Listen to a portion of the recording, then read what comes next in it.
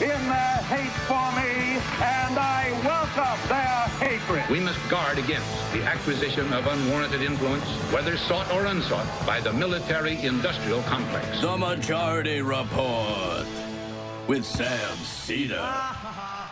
Ever get the feeling you've been cheated?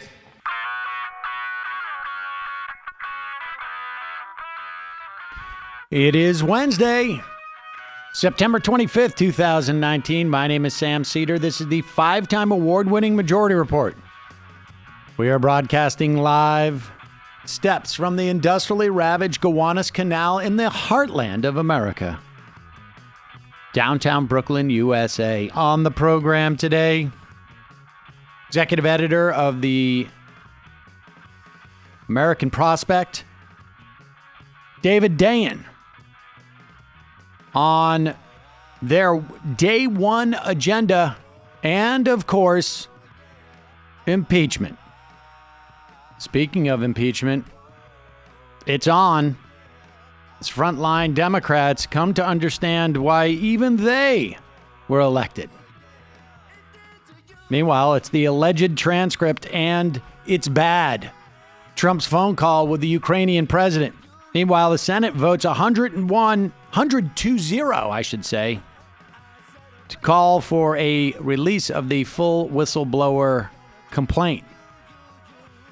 Meanwhile, on the campaign trail, Joe Biden's oil leak becoming a gusher. Warren, the biggest beneficiary so far. Bernie creeping up too. Meanwhile, a federal judge says that an American journalist can't question why he's on the U.S. kill list. Donald Trump looking to pull out of the Universal Postal Union, which will, if you ever want to mail something outside of this country, create a nightmare. Chicago Teachers Union hold strike vote today and tomorrow. And Donald Trump looking to kick 500,000 kids off of a school free lunch program because. And lastly, next Democratic debate will have at least 12 folks and could happen over 2 nights. All this and more on today's program. Hi, folks. A lot of stuff has happened in the past 24 hours since we signed off the air yesterday. I think that we knew that an announcement was impending from Nancy Pelosi. Here is that announcement yesterday afternoon. This is a big deal.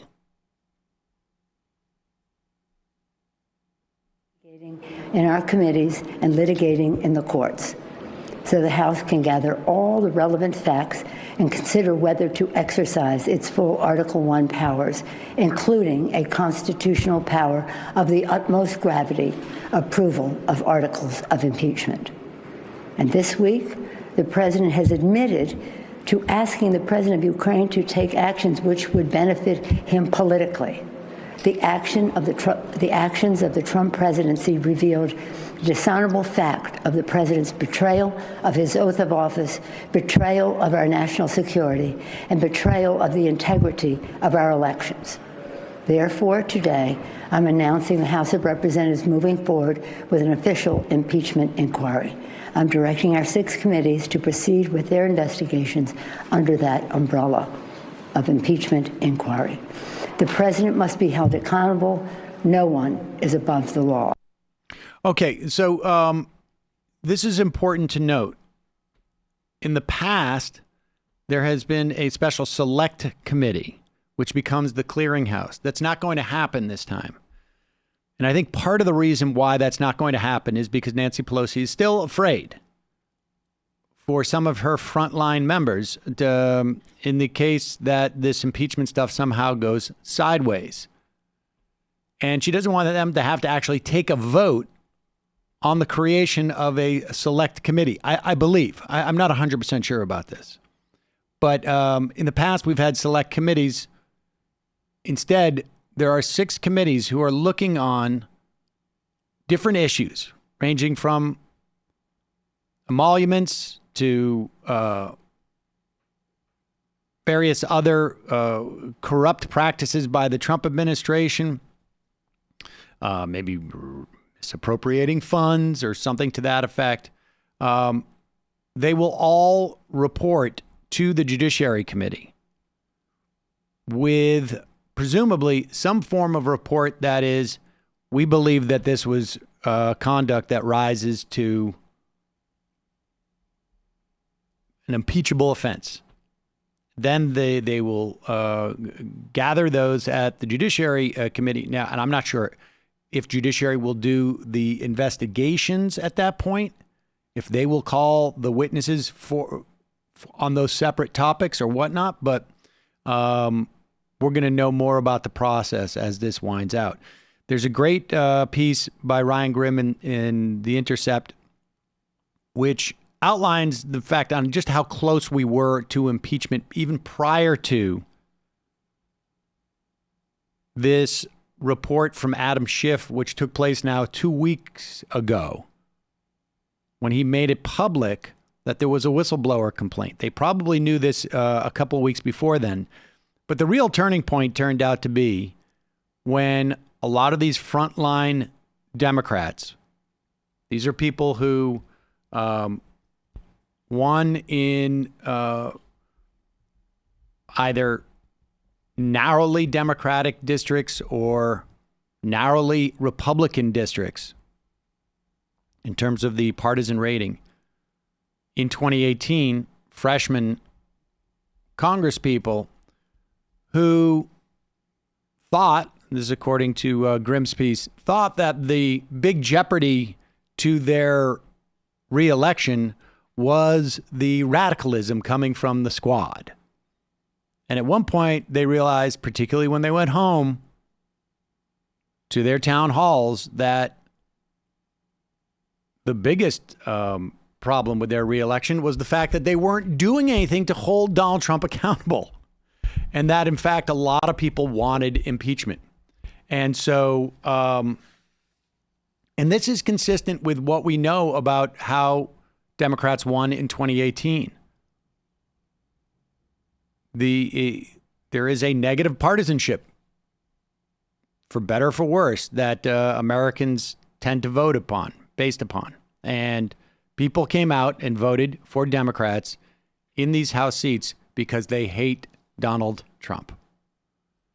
And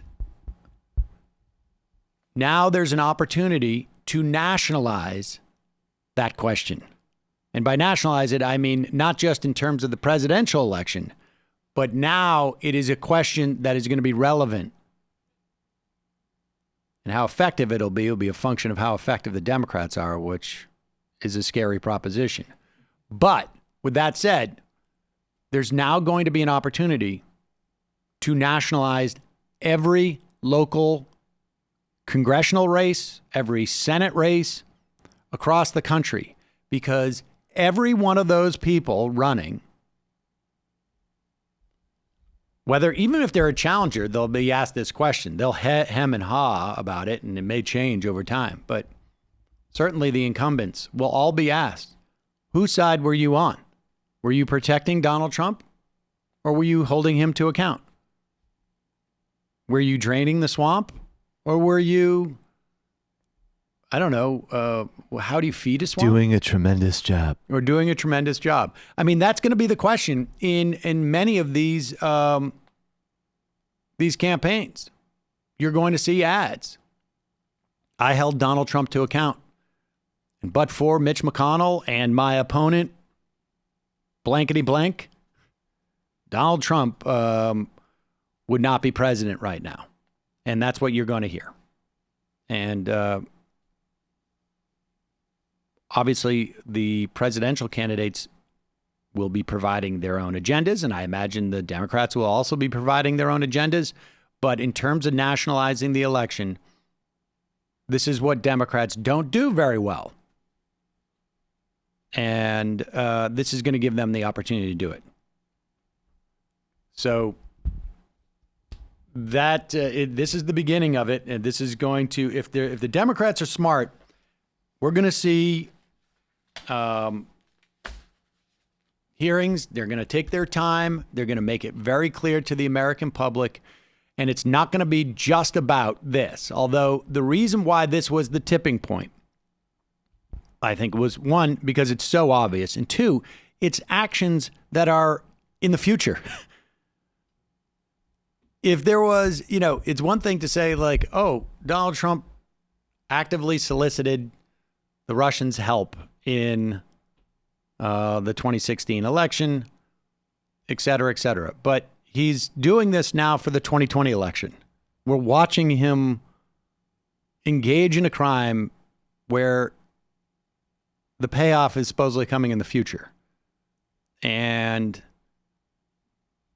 it would be very much like, oh, you should stay at my hotel and then I will do this for you. I mean, it's basically the same thing. Well, I like a point that actually Kyle made to me last night, which is, and would certainly be more compelling to me morally, which is like, yeah, the Saudis actually are overpaying for hotels in D.C., and that does correlate with continuing to sell them weapons for a genocide in Yemen, and that could be a monuments case right there. Oh, that's going to be in there. I mean, I think you're going to see stuff like that in there, without a doubt. I have a feeling the reason why we're selling the Saudis weapons is not just a function of Donald Trump's hotels, though. It's not just a function, but it might be a function for him. For him, it could about very that well. Narrow question. But certainly the emoluments, I mean, are definitely going to be part of, I would imagine, at least the investigation and the inquiry. And so this is where we're at this point. Meanwhile, Fox and friends are trying to break the news to their audience, and what you can see. And now that they've released the transcript, and we have the transcript, we're going to read you parts of it because the transcript's pretty bad, and we should say that we don't even know if it's actually the transcript. Richard Nixon, when they released transcripts of those recordings, I hate to break it to you, they weren't accurate. They left out a couple of things. At the bottom of this transcript, it says, just so you know, not necessarily verbatim. Even with that, it looks pretty bad. And so the whistleblower complaint is going to give us a lot more. But I mean, this is pretty obvious what he's doing in this transcript. And we will talk more about it. But here is Fox and friends this is going to be the strategy. The strategy is going to be, we can't do anything but release all this stuff. So what we're going to do is say, it's not a crime. It's not a crime. It's consistent with everything else that I've been doing. Why wouldn't I want to know about this? This is going to be the argument. Now, it will work for the people watching Fox. Of course it will. But I don't think it's going to work beyond that. And I think that is the miscalculation that they are making. Although, to be fair, they have done everything they can to prevent impeachment from happening. But here is Fox and friends giving you a little taste of what this is how they're going to try and shove this down the throats of their viewers. The Washington Post broke a story yesterday afternoon that the president ordered Mick Mulvaney, his acting chief of staff, to freeze $391 million in military aid to Ukraine before he talked to the president. And that doesn't look like good timing to a lot of people. But Fox News has confirmed that apparently the president wanted to make sure that the new president of Ukraine understood that if you're going to get this money, we really want you to end corruption before we give you that dough. Now, what's interesting about this? This is like they are trying to train their audience to believe that the presidency, in terms of money, functions more or less like my giving my daughter allowance functions. Like, I'm not giving you allowance this week until you commit to me that you're going to clear the table, put the dishes from the sink into the dishwasher, not just leave them at the sink. It's a little thing called good government. Right. The problem is that this is not Donald Trump's money. This is money that Congress earmarked for foreign aid with not the conditions that Donald Trump decides. You can't do that. You can't unilaterally decide, like, I've got some other things that I just want to put, I want a button, put a little dot the I on this one. We promised them a certain amount of aid because they gave up their nuclear weapons back in the day. Promised them other things too. Maybe not. We probably shouldn't have, but we did. So when Congress appropriates money, they do it by statute. There's no like little asterisk that says, oh, and if you have some personal stuff you want from the guy, you can also ask for that too. But they're not going to raise that.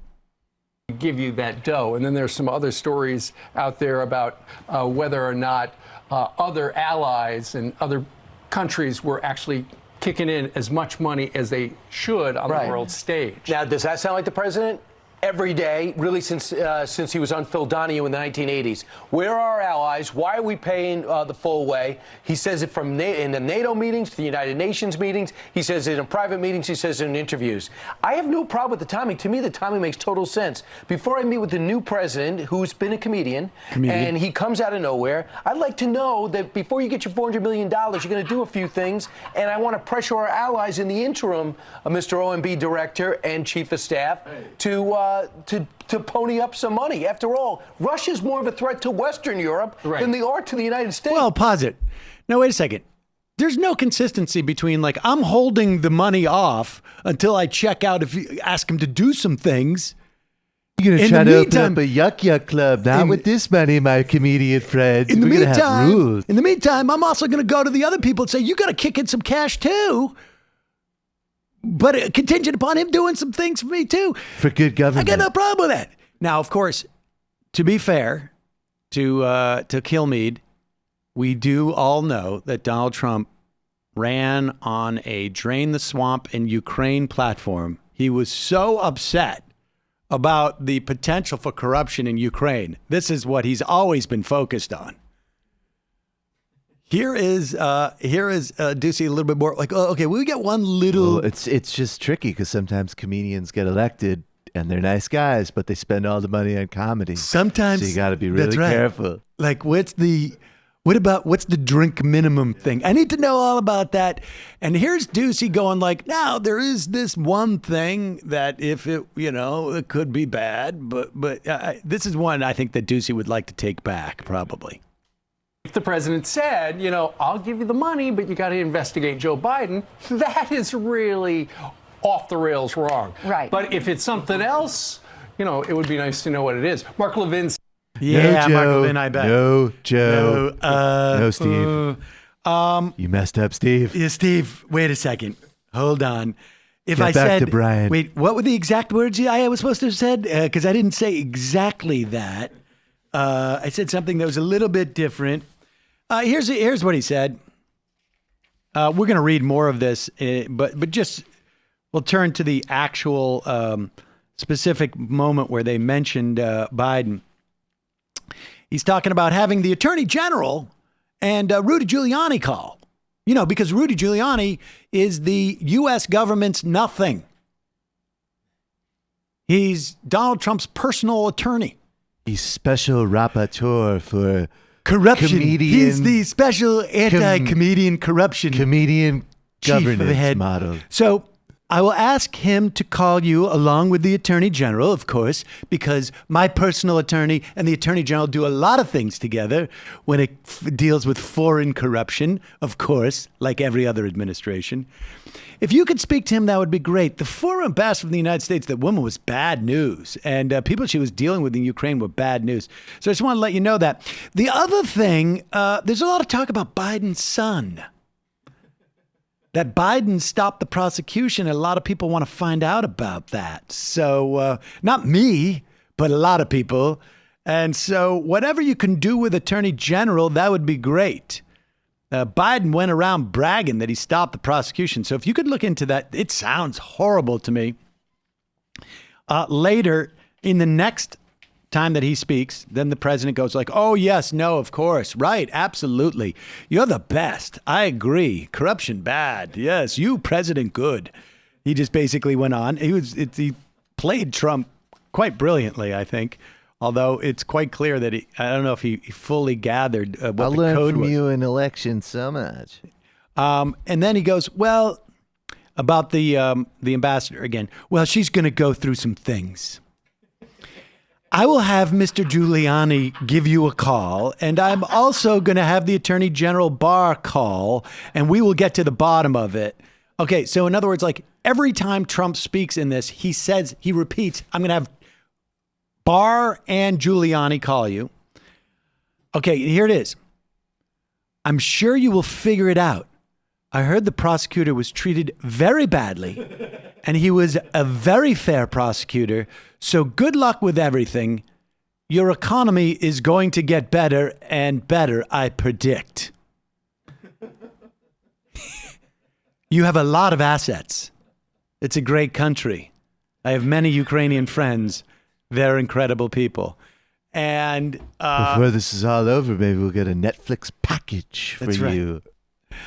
Dorsey, those sneakers at your friend's house, look into those. I like those. They're good sneakers, if you know what I mean. And I predict, Dorsey, that your bank account may grow. How do you like that? Bank account might grow. So that's good because you've got great assets and I like those sneakers. So there it is. That's basically it. And then Dorsey is the Ukrainian president. He goes, this is how impeachment will affect Biden. Exactly. Exactly. You understand me. I love Blinkist, Sam. And I buy all of my Blinkist subscriptions at Blinkist.com/majority. All of them. But no joke, folks. Speaking of Blinkist, I don't know if you're like me. I don't know if you spend all of your waking hours following on Twitter different stories that are happening in the news. But there are times where you also need to basically say, kids, enough, leave me alone. And I'm going to unplug from the news. I want to read some nonfiction that actually will help me get through my day in some fashion. That will up my assets, as they were. Well, Blinkist is an app that compiles the key takeaways from thousands of nonfiction books. So everything you need to know is condensed down to 15 minutes, either in reading form or in listening form. Blinkist is super unique because it works. Not only can you read it on your tablet, you read it on your computer, read it on your phone, you can listen to it in all those places as well. You'll find everything from health to self-help titles to history and business books, including in your Blinkist library.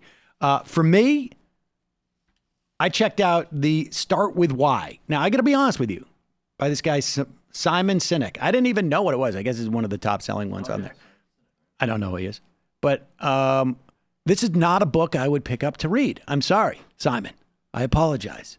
It's just I'm not going to read it. But I would blink it, Simon. But in 15 minutes, it was interesting. I think I already do this. But it's interesting to see, like, maybe some practices that you have in the context of trying to communicate to people, I mean, for me, and have it broken down in that way so you can remain conscious of it. Does that make sense? Well, that's what I got out of that.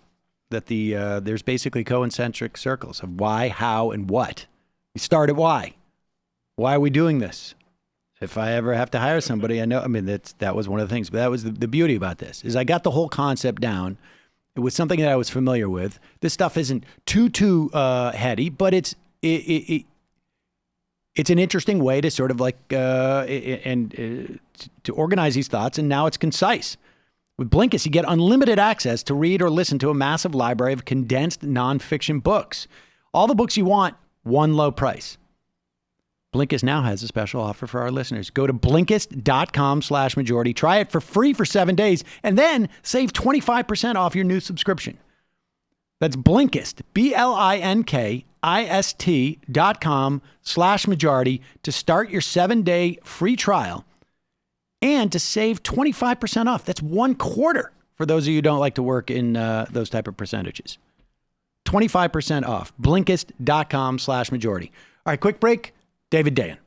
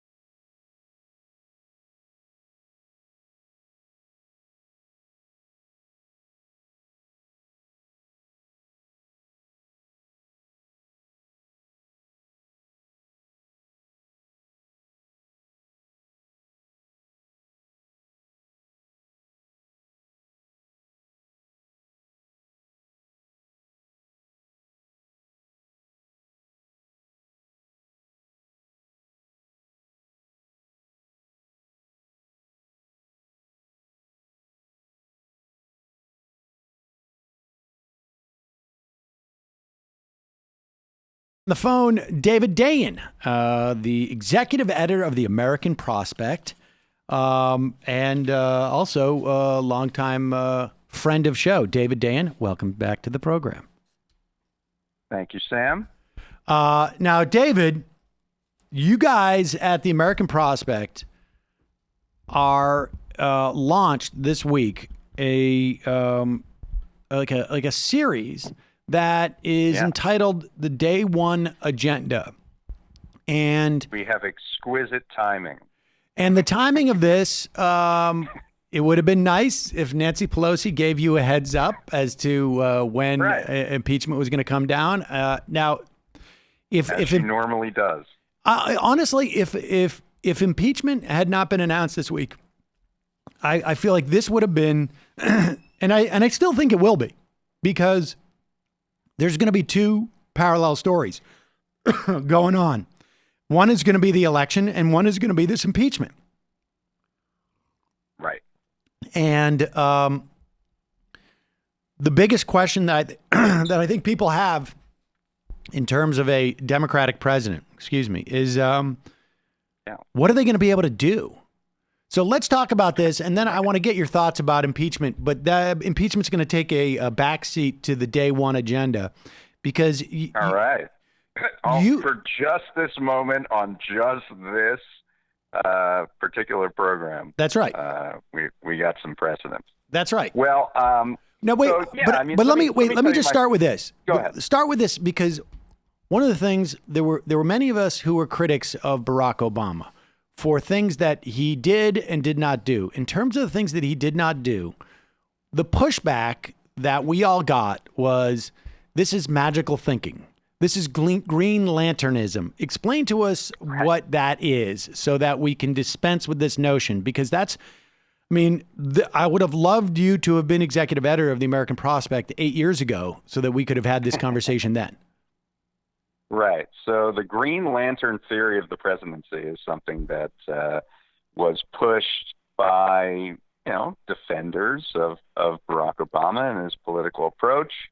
And it was basically meant to highlight the fact that presidents are constrained by checks and balances, by the Congress, by the courts, by public opinion, what have you. The idea was that foolish progressives have this concept of the Green Lantern theory of the presidency. As you know, Green Lantern is a DC Comics superhero who had a ring, and he was only sort of bound by his will of conjuring up whatever he wanted with that ring to fight crime or whatever he wanted to fight. And the theory is that progressives or people disappointed in Obama thought that Obama was Green Lantern. That all he had to do was summon up the will, and he could enact whatever he wanted. And foolish mortals, that's not the way that politics works. That was the very condescending Green Lantern theory of the presidency. Turns out that leaves just a whole bunch of things out of the story. Some were particular to the Obama administration, the fact that they had already appropriated a $75 billion kitty for foreclosure mitigation that they ended up using almost none of to help protect people and keep them in their homes. That was the one that I, typically brought up during the administration. Right. But, in this package, I lay out we lay out the other point, which is that there's just this whole other area of the presidency that is not really constrained by Congress. And that would be the execution of laws that have already been passed. And it turns out there's a robust agenda available to any president that manages to use these laws that have already been passed to their fullest potential and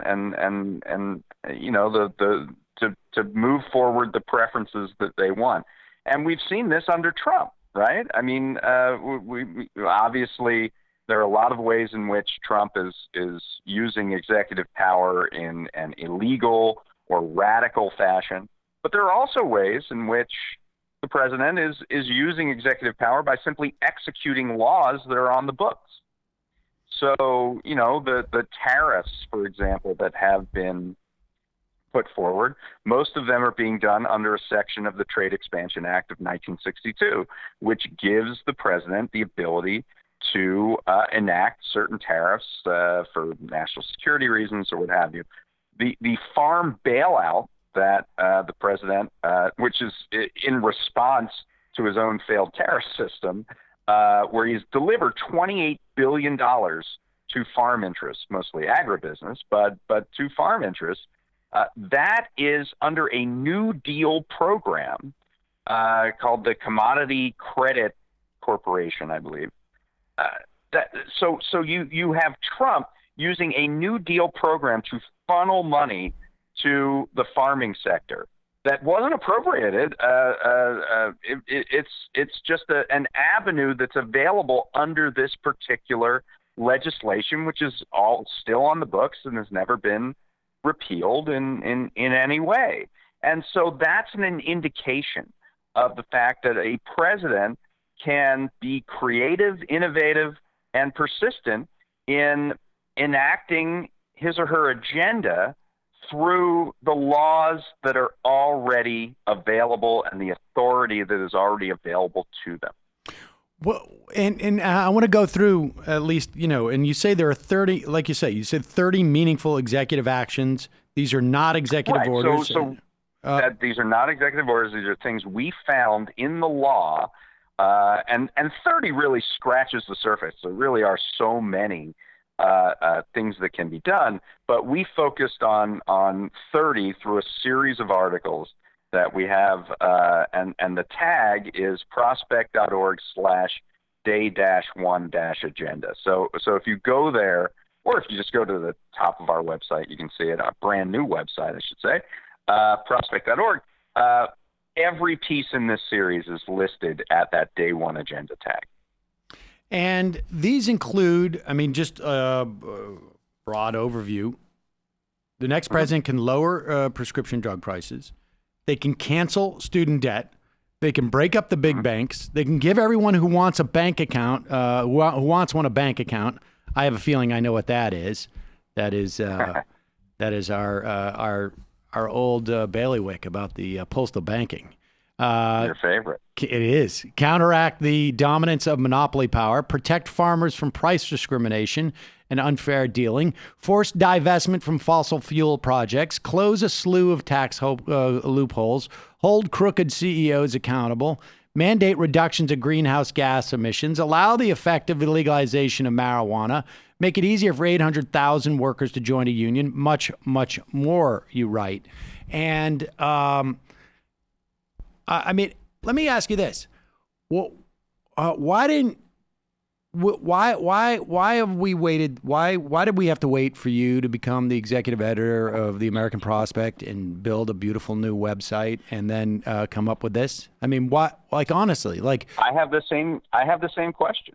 I mean, it's stunning to me that I was able to put this together and not be scooped. I mean, I was thinking about doing this when I interviewed to become executive editor of the Prospect. So that was like last summer. I've been thinking about doing this package. And the fact that we have such an inadequate political media that doesn't understand the capabilities of the presidency and doesn't really carry out the campaign coverage in a fashion that is at all relevant is really absurd and disappointing. Like I'm stunned that I was able to do this.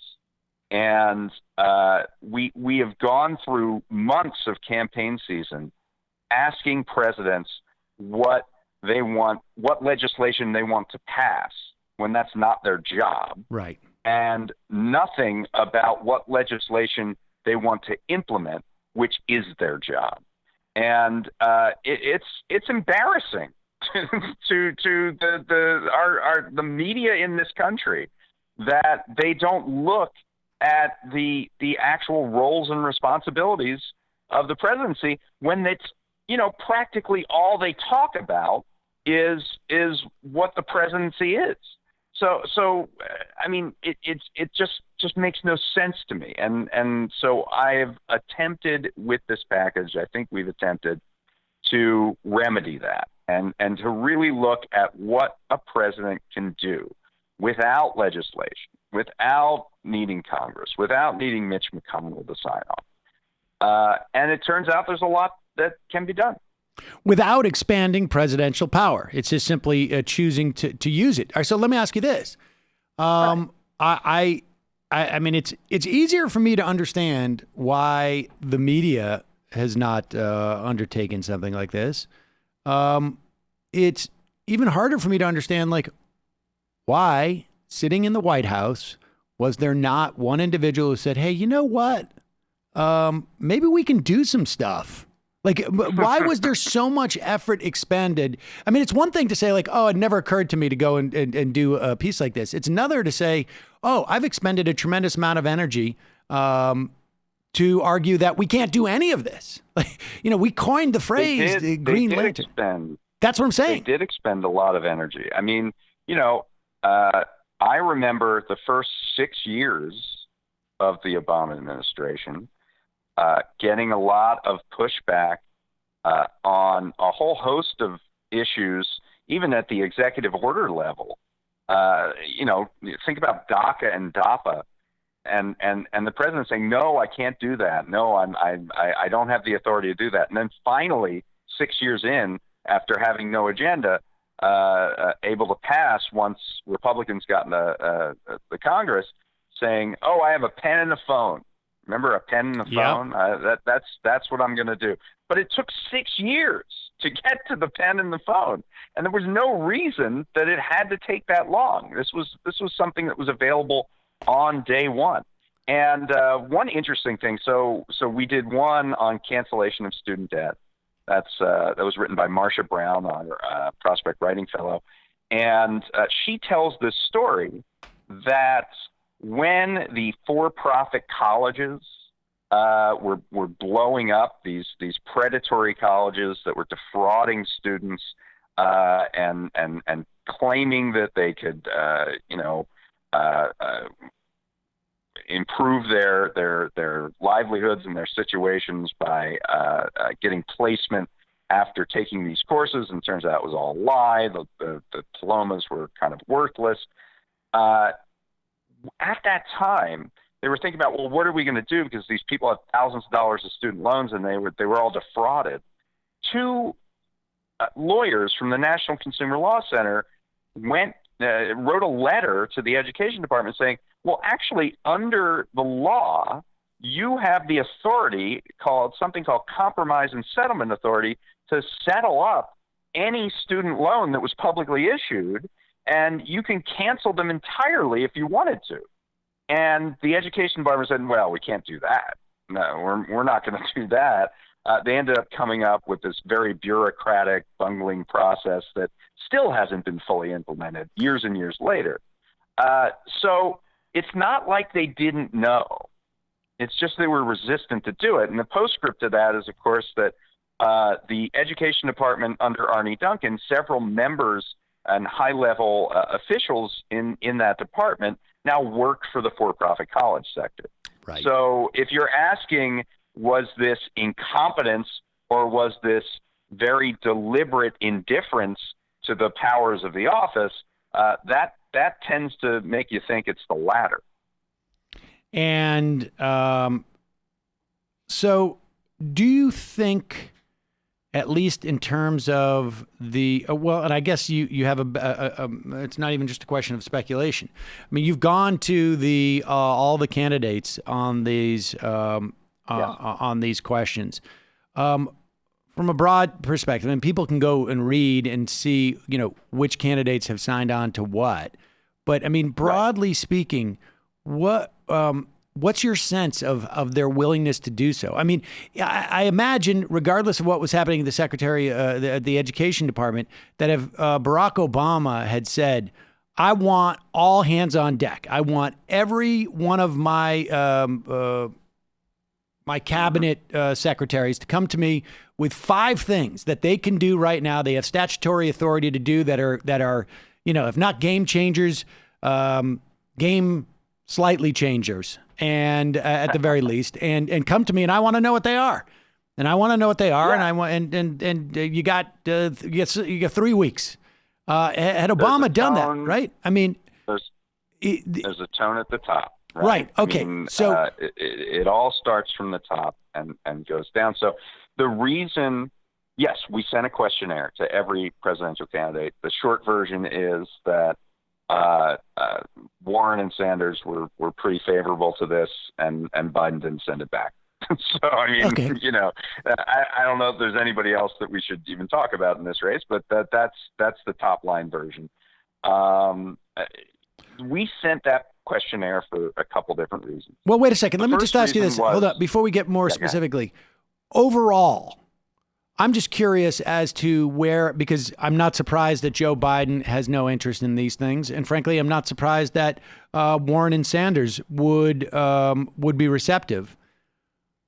Right. To the extent that the other people sent it in, that gives you a sense of like where the, what the sort of, maybe broadly, the conventional wisdom is as to the validity, the efficacy, the just the, I guess, the general sense that this is something that should be done. I mean, overall? So in general terms, I mean, sometimes it depended on the issue involved, but I mean, Amy Klobuchar is big on she happens to sit as the ranking member on the House Judiciary Subcommittee on Antitrust.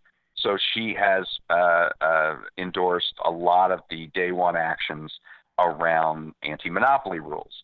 Kamala Harris has talked about this sort of 3 a.m. agenda, and she has backed up some of her plans with things like, and if you don't do that, Congress, I'm going to take executive action. So, one of the more wide-ranging ones that we have in the package, which is around prescription drugs, where you can literally seize patents of excessively priced drugs. Harris has vowed to do that. So, there are. It kind of depends on the area, and Beto O'Rourke has some things where he's agreed to do stuff. But just what I want to say here is, we sent this questionnaire for 2 reasons, and the first reason was to say, well, what are you going to commit to, and then we can write about what they commit to, and you see these all in sidebars that are attached to every single story in the package that we did. The second reason that we sent the questionnaire out was to just sort of make the candidates aware that we know that there are these actions that you are able to take, and we're watching. We are fully aware that if you get into the presidency and 6 months later, your press secretary says, well, we're just hamstrung by Congress, we know that that's not true. We know that there's an agenda sitting there waiting for you to pick it up. And we're going to be on day one, not 6 years in with the pen and the phone. On day one, we're going to be talking about why these things aren't getting done. So it was really a twofold reason to do the questionnaire at all.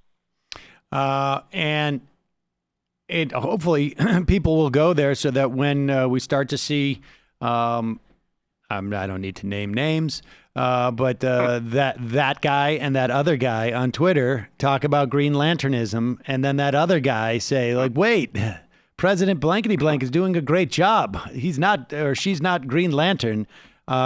Folks can say, day one agenda, go read the prospect. And that's the idea. We want to preempt this thing and really lay it out. And I do think that, the way that we talk about presidential politics is just wrong. I mean, the definition of a president constitutionally is that they take care that the laws are faithfully executed. And here we have a bunch of laws that are on the books. They haven't been repealed by Congress. They were duly passed, legally passed. And it's up to a president to execute them. And for some reason, we don't talk about that in terms of any campaign. I mean, it's fine to know somebody's platform and what they want to do, but it's also good to know what they're going to do and what they have the ability to do. And so in order to inform people of what the stakes are in the election, I feel like these issues have to be front and center. All right, let's pivot to the election itself. On some level, then there's two parts of this election. There's going to be the Democratic nominee, and there's going to be the Republican nominee, who at this point looks like it's going to be Donald Trump, but who knows?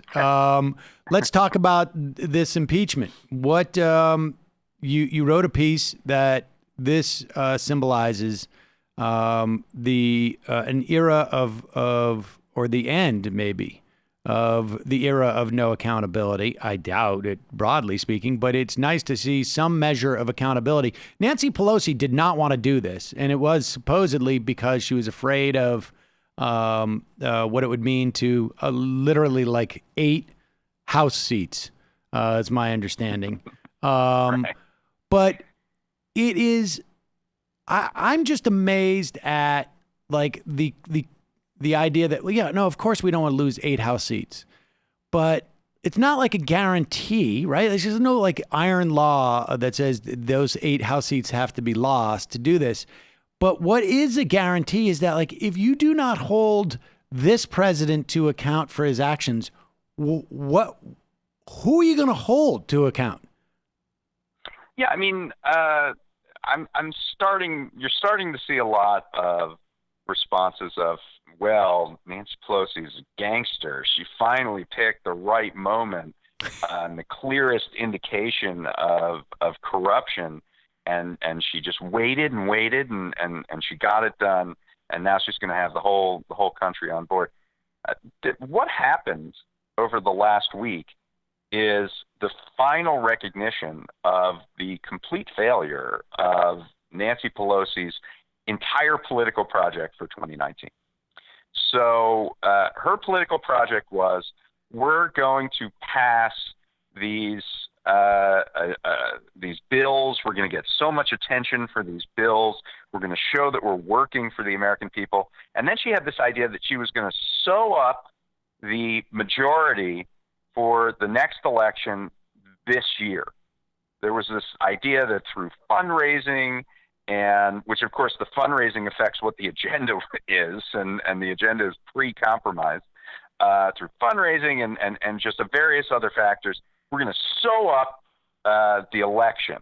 And that meant, fighting people to her left, the Squad, and they were the biggest threat to this political project. Calling them out in the media and using Maureen Dowd as an interlocutor for that purpose. But this was the political project that she put forward. Well, here's what happened in 2019. Nobody cared about the things that she passed that the Senate was obviously not going to pass, and they weren't viable or interesting enough for people, the mass public to get behind them anyway. There was about 60 pieces of legislation, I think, by last count. I mean, and, some were good. H.R. 1 was really good. Of course, nobody, literally on the day of the rollout of H.R. 1, which was their huge, broad anti-corruption bill that rolled in voting rights, et cetera, on the day they rolled it out, that entire week was dominated by Nancy Pelosi going after Ilhan Omar. Like, there was they stepped on their own, I thought it was a decent thing to start with, but it should have been that, and then now move on to other stuff. But they stepped on it because they were so determined to. The bills weren't important. They obviously, in the age of Trump, the idea that the House legislation in one chamber of Congress is going to dominate the news cycle is ridiculous. So that was stupid. The infighting just made them look, just kind of Democrats in disarray all over again. And most important, the ignorance of what was happening from the level of Trump, and how holding him to account was one of, if not the main reason why Democrats were elected in 2018. The failure of oversight, the going along with things like the border supplemental with the caging of children. All of a sudden, what these moderate frontline members were hearing in their districts was actually the biggest threat to their reelection was Nancy Pelosi. Was her bungling of this agenda and this caucus, and allowing, essentially aiding and abetting the corruption that we were seeing coming out of the White House. And so the reason that this thing turned on a dime in the last week was not necessarily just because of this Ukraine phone call. It was because they needed something to turn this around, because it was becoming, the agenda for 2019, the political project, was becoming a liability for House Democrats. And so what we're seeing this week is really a representation of the failure of that political project, not some, long game 12-dimensional chess success. And this provided a sort of a perfect moment to pivot and make it be about, we haven't changed our mind, or my strategy hasn't been wrong, or anything. It's just that the facts on the ground have changed. Right. I mean, which is true to a certain extent, but it's also it's a good thing, I guess, that they found this obviously corrupt, very neatly put together piece, but it's not like you wouldn't have found one last week, or the week before, or the week before, or the week after. It's sort of, you could have done it after Lewandowski. I mean, the Lewandowski hearing could have easily been that as a pivot as well. You could have come out and said, I mean, it fell into their lap is what happened. And Pelosi finally had to realize this, because her members were telling her, you better do something, because I'm getting killed at these town hall meetings where I'm being told that I'm ineffective, that my party is doing nothing in the face of lawlessness, and that this elite impunity is causing, unrest among my constituents. And so, all right, so there's a couple of things from this point. That's the backstory. That's how we got to here. What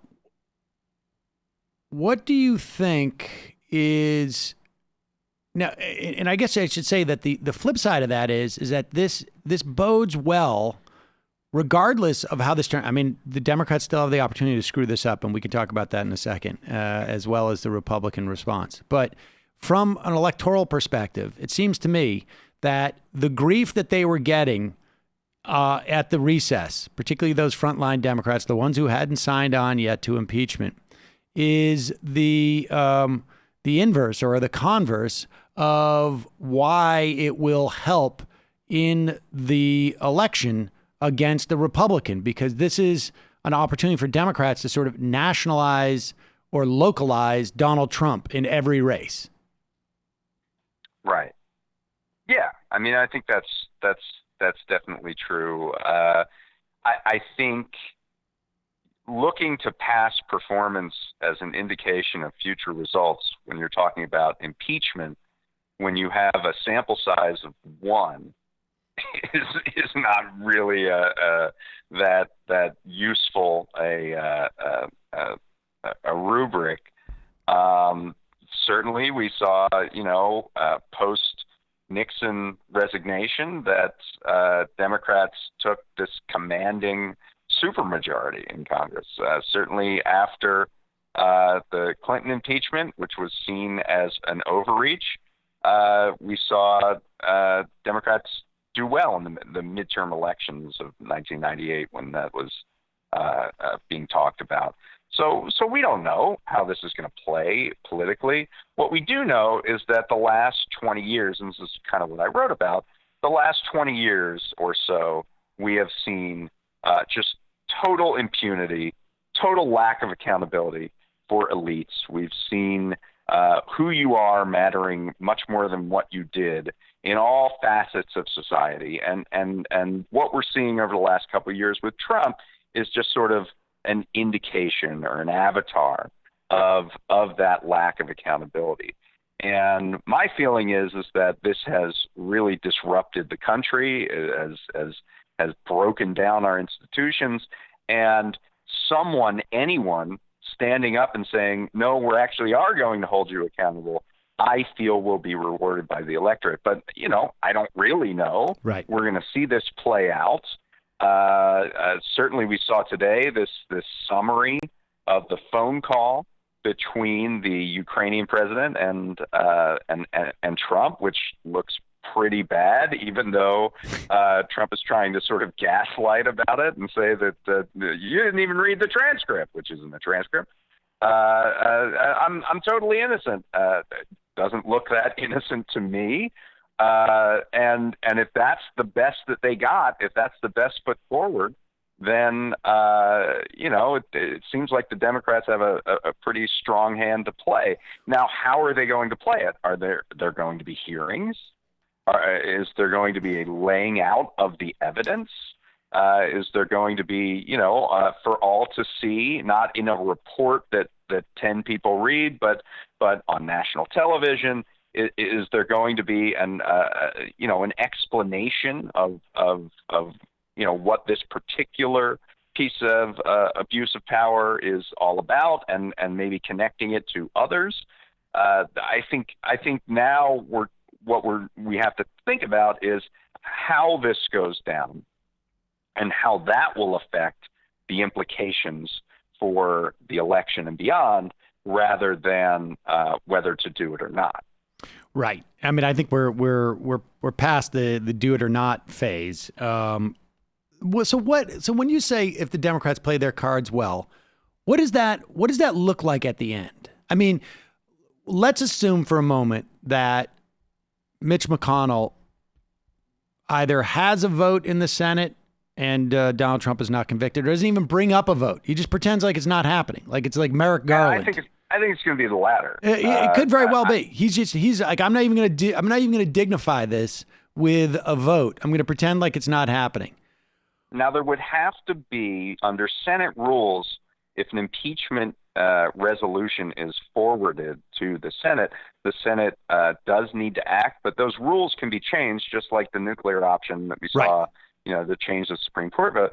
So that vote, there would be a vote because that would be challenged. But the vote would be The vote would and be that on would change. Be a proxy. Right. Okay. So there would be a proxy vote, change the rules.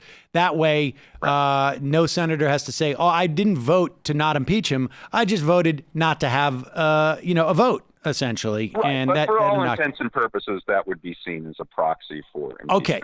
So let's assume let's assume that's going to happen. What do the Democrats need to do to win this on their terms? I mean, it seems to think. I mean, and I don't think it's about winning or losing. It's about actually standing up and saying if abuses occurred at the highest levels, we need to do what we can do within our power to prevent that. So I mean, certainly doing the ostrich maneuver of ducking in the sand didn't work. That was not making Democrats popular. So now I think you have to go in the other direction. You got to lay out the facts. You need to do it publicly. You need to. I feel like the momentum is inexorable towards impeachment in the House, and that vote will be very high profile, and then force Republicans to go on the record defending the conduct that you lay out in a long and very informative way, or not, and that's on them then to line up with their leader on that. So I think that's kind of the only thing you can do at this point. I mean, I don't know that there's another option out there. I mean, the worst would be that this impeachment inquiry, which was announced yesterday, just becomes pretty much exactly what's already been happening, which is sort of a fumbling set of attempts to whether it's putting together hearings and asking for documents and then not getting them and going to court. I mean, if it's the same kind of fumbling oversight that we've seen over the first 9 months, only it has the words impeachment inquiry in front of it, that's going to be bad. There needs to be a vote. There needs to be an understanding of when these articles of impeachment will come out. There needs to be a schedule here. This is, especially if it's just focused on this call and this. I don't think it can be, and my sense is it won't be. I mean, that's why you have all these different committees that are getting involved. They all have. There's 6 committees that are going to be sending, I think, their potentially impeachable offenses. Ranging from emoluments and whatnot. I agree with you. I think earnestness on this this is actually very easy for the Democrats to win. And by win, I mean, and that is to simply hold him account. To simply, they're not going to get him out of office, to just simply say, we are sending a message to history that this guy did wrong things, and that wrong things done by the president are not right. I mean, it's honestly, it's like, it seems to me to be that simple, and we need to have every American hear this. We need to know that we need to be able to say to every American that this is a president who was impeached because he broke the law. And I think if they can achieve that, that's all they need to do to make this work for them. I think it is to come out with a strong position and be strong about it, and there be no hesitation, there be no mitigation, just to come out and do this. And then just press the point on Republicans, and nothing else need happen, it seems to me, than that. And that is, and there's obviously. And just to flip back, I mean, Democrats are really bad at being able to tell more than one story at once. Like, you can walk and chew gum here. You can get these, do everything that you were talking about, being earnest, being speaking to history, talking about the corruption at the heart of this presidency, and also talk about the fact that what we need to do in the wake of this is a positive agenda that presents tangible results to the American people. Absolutely. And now it seems to me the so, presidential candidates are freed up on some level to do that. Right. They don't Because have to go to impeachment is a war with Nancy process. Pelosi to impeach. They can say that part of it's done. And now here's the vision for what happens in the future. That process is happening. I support the impeachment investigation. I support the inquiry. I will vote for it if I'm, a member of Congress. And now what we can talk about is, all the things we could be doing if we get Trump out of office. David Dayen, I cannot emphasize enough the need for everyone to go to prospect.org, and at the top of your very well-designed, very attractive website, you can see you've got like 5 major issues that are facing people right now. Trending topics is what we call them. Oh, okay, yes. Trending topics. That's interesting. And one of them is impeachment. The next one is the Day One agenda, and then the climate crisis, working in American immigration. Click on the Day One agenda, folks, because this is super important. We cannot, if we are fortunate enough to have a Democratic president, we cannot let them off the hook with the argument that they are unable to deliver for the American public because Mitch McConnell or because of Joe Manchin or because of, what's that guy running in Arizona, whoever is the next, Ben Nelson's going to be. Right. We cannot allow that to happen this time. And the way that you can prevent that is to understand what the president can do on day one so that when that guy whose name I'm not going to mention, but we all know who I'm talking about, well, at least you do. The guy, that moderate who's always there to protect whoever the Democratic president is in the center, says you guys are fantastical. All you got to do is drop that link right into their Twitter feed. So, David Dayen, there you go. I appreciate it. You've done a big service for us, and we'll keep. I can't wait to read more of it. Well, great. Thank you very much. All right, folks, going to take a quick break, head into the fun half. Listen, I want to make an announcement. I was going to drop this is not earth-shattering stuff, but there has been Steven Crowder, I've mentioned this in the past, has been avoiding debating me. Now, look, nobody's obligated to debate me. I don't think anybody's obligated to debate me. That's silly. But Steven Crowder goes out there and has built his career off of middling comedy oriented towards people who have a conservative perspective, and there's such a dearth of anything that's even remotely amusing. Just dressing up in a costume for conservatives is like, is the pinnacle of comedy. He's built his really bad for you. He's built his career on that and going to colleges and debating college students who show up on campus, see this dude there, they haven't prepared, they sit down and they debate him. Sometimes they do quite well. Other times they don't, because of course not.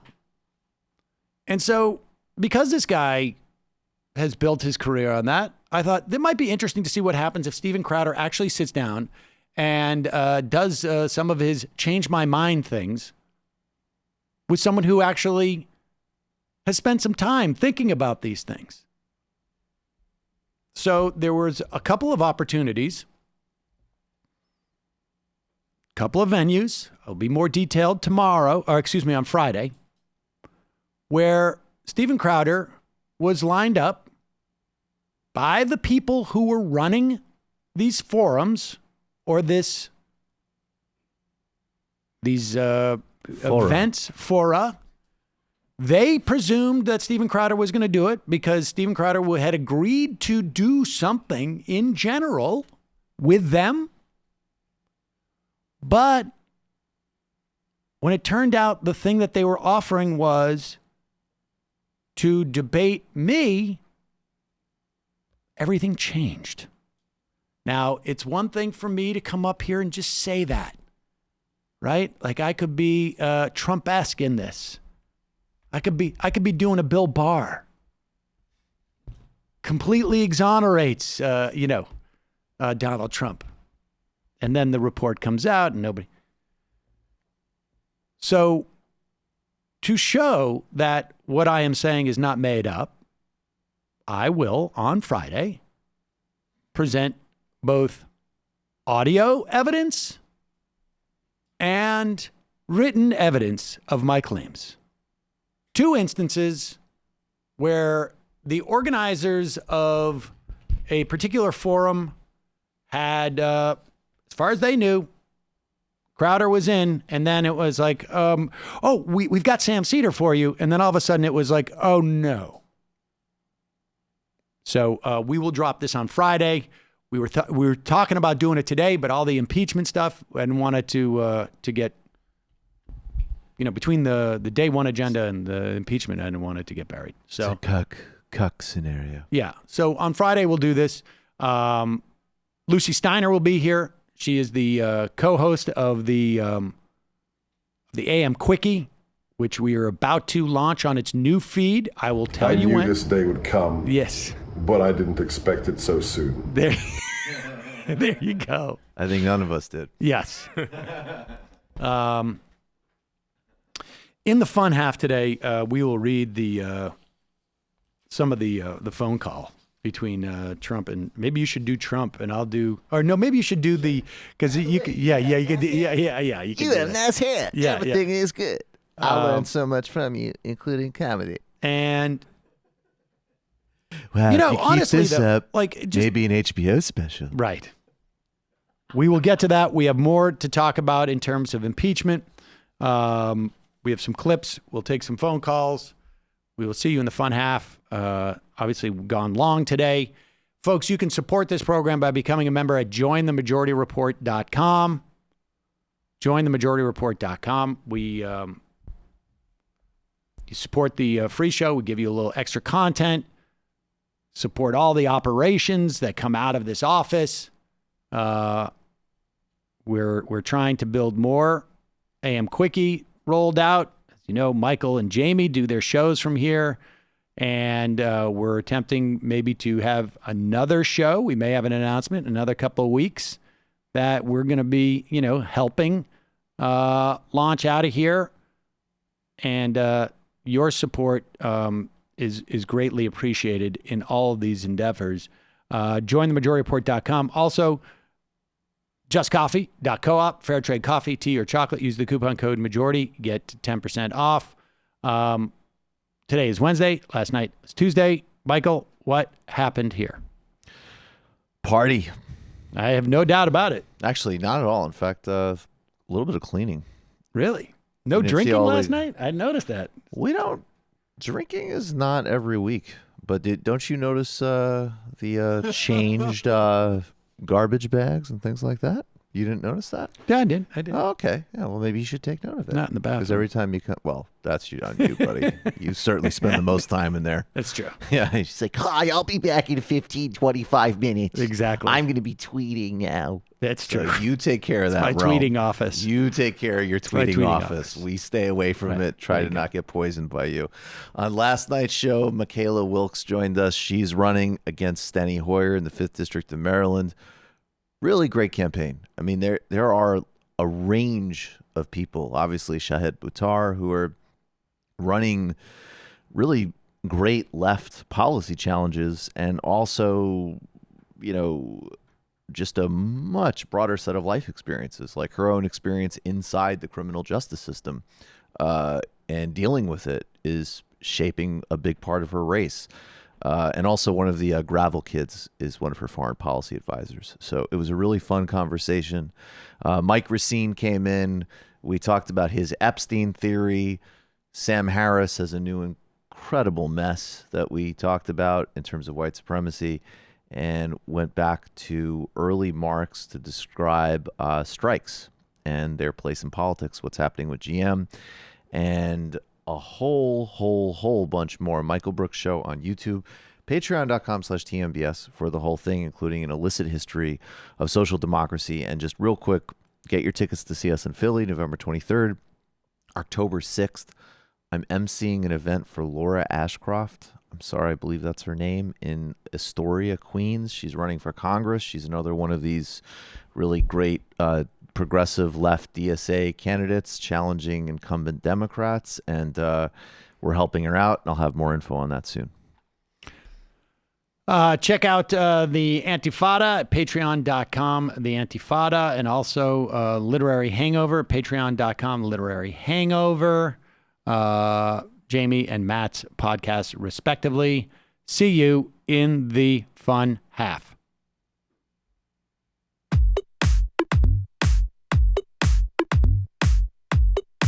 Left is best. Jamie and I may have a disagreement. Yeah, you can't just say whatever you want about people just because you're rich. I have an absolute right to mock them on YouTube. He's up there buggy whipping like he's the boss. I am not your employer. You know, I'm tired of the negativity. I'm sorry, I didn't mean to upset you. You're nervous? You're a little bit upset? You're riled up? Yeah, maybe you should rethink your defense of that, you fucking idiots. We're just going to get rid of you. All right. But dude, you want to smoke this joint? Yes. Do you feel like you are a dinosaur? That's some good shit. Exactly. I'm happy now. It's a win-win. It's a win-win-win. Oh, hell yeah. Now listen to me. 2, 3, 4, 5 times. 847-906-501-457. 2, 38, 56, 27. 1 half. 5 8s. 3.9 billion. Wow. He's the ultimate math nerd. Don't you see? Why don't you get a real job instead of spewing vitriol and hatred, you left-wing Limbaugh? Everybody's taking their dumb juice today. Come on, Sammy. Dance, dance, dance.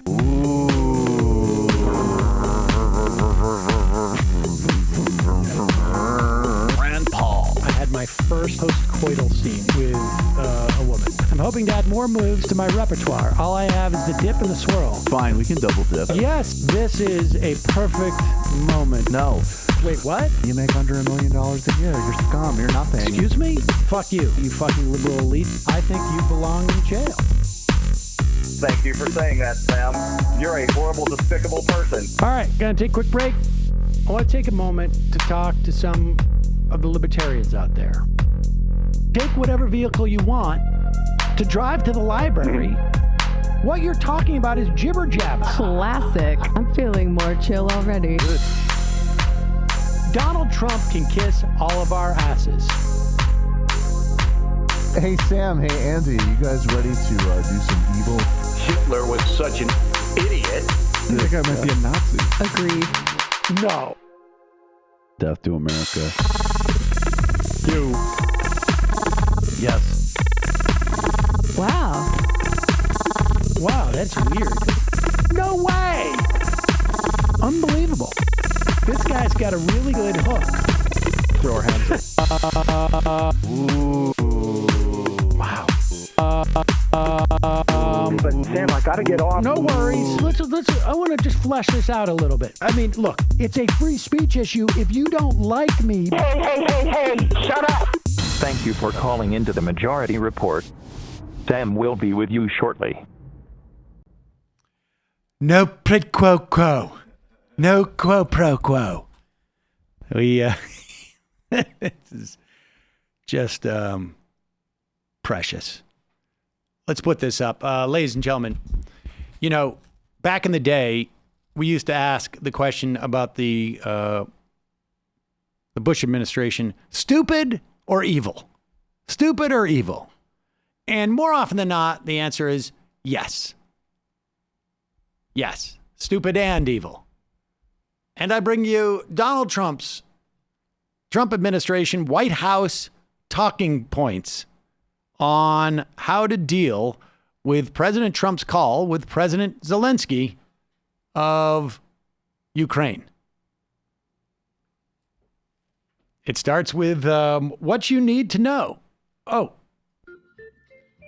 What you need to know. Press reports have given currency to flat-out falsehoods about the call. Myth. The president made a mysterious promise to Zelensky in return for Ukraine reviving an investigation relating to Joe Biden and his son.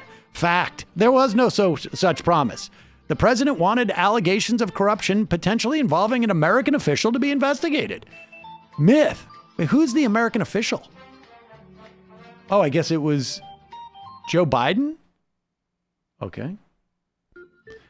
The president offered a quid pro quo related to military aid for Ukraine. Fact. There was no quid pro quo. In fact, there was no mention of the aid package to Ukraine at all.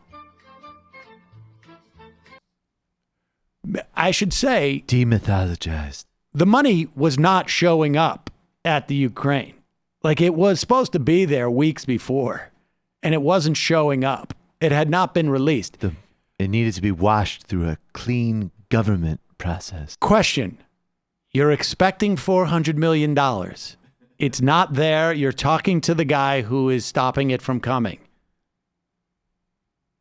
Do you need to hear about that money before you entertained the ask? Oh, incidentally, here, roll this down. You're asking, how could I get a hold of these things? I don't shill for the White House. Apparently, they accidentally emailed it to reporters and to Democratic House officials. And then, to be fair, followed up with a recall where they ask you to send them back. Please disregard those talking points that you just got emailed.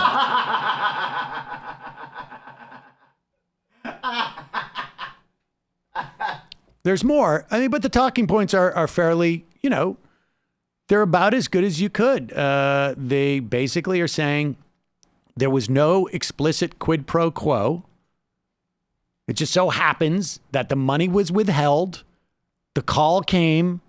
There was a couple of asks. And that's it. I heard you're interested in opening up a new Yuck Yucks in Kiev. Is that true? Apropos of nothing? I remind you, at the end of the conversation, Donald Trump just drops in, I think your economy's going to get a lot better. Think it's going to get a little bit of juice. Yeah. If you know what I mean.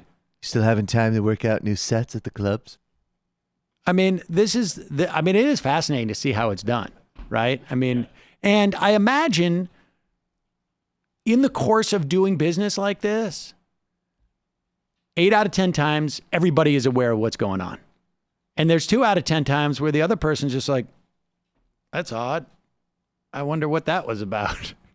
And I would imagine that 20% of times where the other party doesn't know what's going on, it's because there's maybe a broad cultural divide, or you can't possibly imagine that somebody would be doing this. And now you have your answer of why war with Iran. Right, exactly. These people, you sit down, you have tea, but first you say no thanks. Then you need to have 3 teas. It's too complicated. You can't just do a bribe efficiently. We do war. It'd be nice if there was a deal that was like Obama's deal, but it was called Trump's deal. And then they say... And I think maybe your economy will get better, if you know what I mean. Then the guy offers me a disgusting dessert. How am I supposed to follow up from that? Totally confusing. Totally confusing. Deeply unfair. Pretty stunning stuff. This is going to be, and look, here's the reality of something like this. Impeachment is going to be difficult. And they already have like 30 lawyers working on this stuff. And if Rudy Giuliani is the point person on this, folks, it's going to be a little bit rough in that White House. Definitely close up on the crossed fingers. I have my I am the least bullish of impeachment in this room, but I love the time consumption argument. And oh my God, if we could have Rudy Giuliani being like, yeah, you ordered a hit in 2004. I don't know what that's got to do with foreign policy. He's protecting Israel. It was like, wait a second, Rudy, did you just say that you were aware of a hit that Donald Trump ordered before he went on The Apprentice? Well, that's what you say, and maybe that's what I said, but anyways, the point is Hillary Clinton's a bitch. Right. Thank you, Mayor. There you go. Yes, please, more of that. Now, what is your skepticism? Are you skeptical that that impeachment's going to actually pass, or that? Well, I mean, obviously, it's not going to pass in the Senate. We already know that, right? So I'm ambivalent about how much time I want tied up in this in the next several months. I'm not entirely sure it's going to play out in the same way that you're confident will play out. But I'm also, I'm not. You're not convinced that it's a positive in terms of the election. Yeah. And I'm perfectly willing to argue with you on things. So this one is just genuinely like, I just don't have a strong feeling. So it could be. And that's obviously my hope because it's happening. Right. But I don't think I think some people felt very ecstatic about this, and we'll see. The one thing that I am 100% convinced of and very excited about, and I think the most salient thing to just keep hitting is the time consumption thing. That's wonderful. Absolutely. But I also think that it's the right thing to do unequivocally. I mean, the guy has broken the law. If you're going to hold account, there's a reason why you get after Iran-Contra, after Watergate. I mean, these things continue to go on. You need to put down some markers as to what a president can and cannot do. Holding them to account on some level, it's not. Is it enough? No, it's insufficient, but it's necessary. A. B. I think what the Democrats have done is dodged a big bullet. And I think not impeaching Donald Trump was the riskiest proposition, because then you are basically saying to a lot of those people who voted for these House representatives that they wouldn't. There was nothing for them to do. Ineffectual. Like we voted for you to be the opposition party, and you can't even impeach a guy. I mean, they impeached a Democrat for lying about sex in a deposition, which on did an investigation. Backfire, and we don't want to bring that one up because that was stupid of them to do. But although it did mobilize their base, but I mean, look, totally. I'm honestly, my thing is that, and in the long run, it might have in fact helped them to play a kind of hardball. But my thing is really honestly just it's happening. So I hope it plays well. That's it. Oh yeah. I have my skepticisms. I might even have a little bit more of a sort of. Well, that's what I'm jaundiced asking. view. What is the skepticism? Well, I just kind of outlined it for you, but it's irrelevant. It's happening, so hopefully it'll work well. Yes,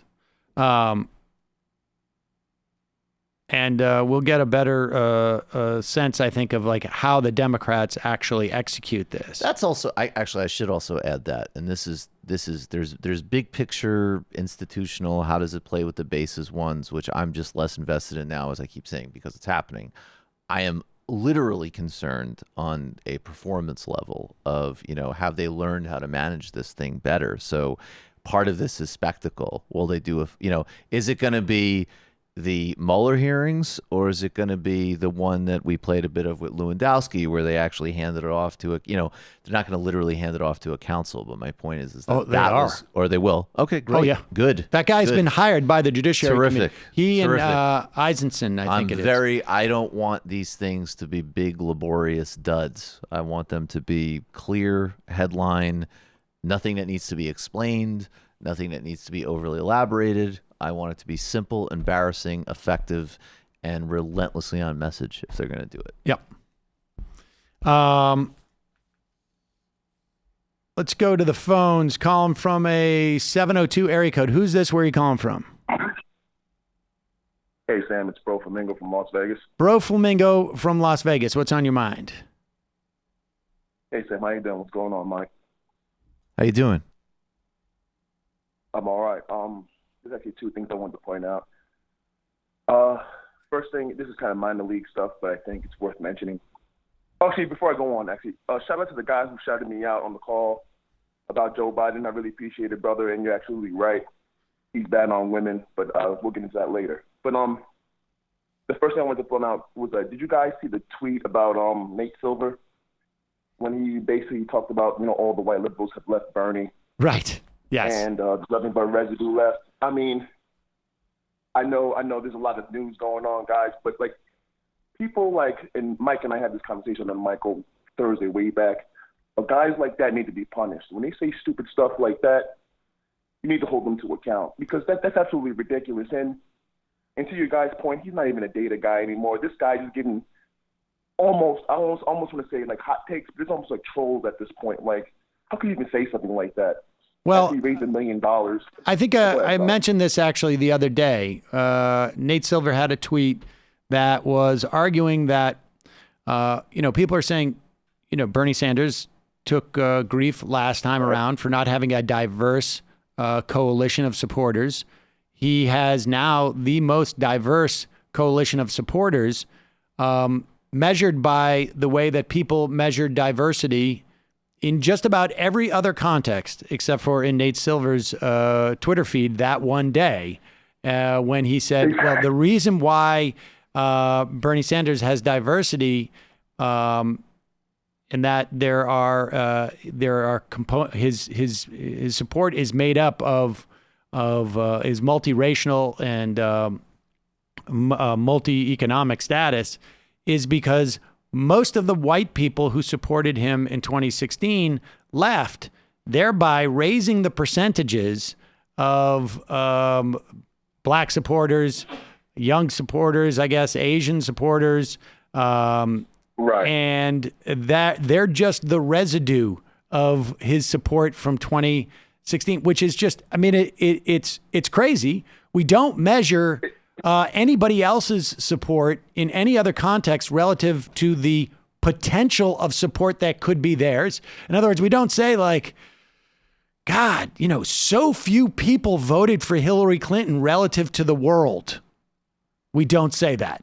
Because there's billions of people in the world. Did not get a majority of the people of color vote.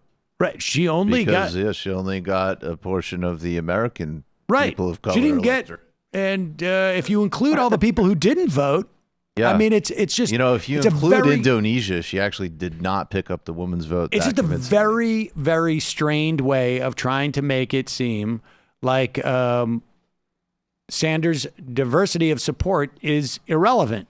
And but yes, I agree. But I don't, you know what? I got to be honest with you. I think the reason why Nate Silver starts to tweet stuff like that is that because the star has faded on some level and it's very difficult to be out of that limelight. And he does, though. I mean, that guy has like a lot of these people, he has a very look, I'll draw some distinctions and I make no apologies. There are big differences between Sanders and Warren that need to be spelled out, but it's, there's degrees of either saying they're the same thing, which is absolutely false, onto the other extreme of Nate Silver, who really does, clearly have a very bizarre, irrational fixation and hatred of Bernie Sanders and his supporters. And it's very weird and very bizarre and very sick to watch. And there is a lot of lies and a lot of gaslighting. So, it's that balance of ignoring the trash, but also, some of it needs to be addressed. I want to say there's an amazing new piece by Adolph Reed Jr. that just dropped in the New Republic called The Myth of Class Reductionism, which I would recommend everybody read urgently. Wait, Sam, I got one more thing before I jump in. Can you answer after I go? Yeah. I just want your guys' take on this too. Because Sam, you said something very interesting. With impeachment on the rise, Joe Biden's premise is completely in peril. And you guys made this point, and I think this applies to Nancy Pelosi.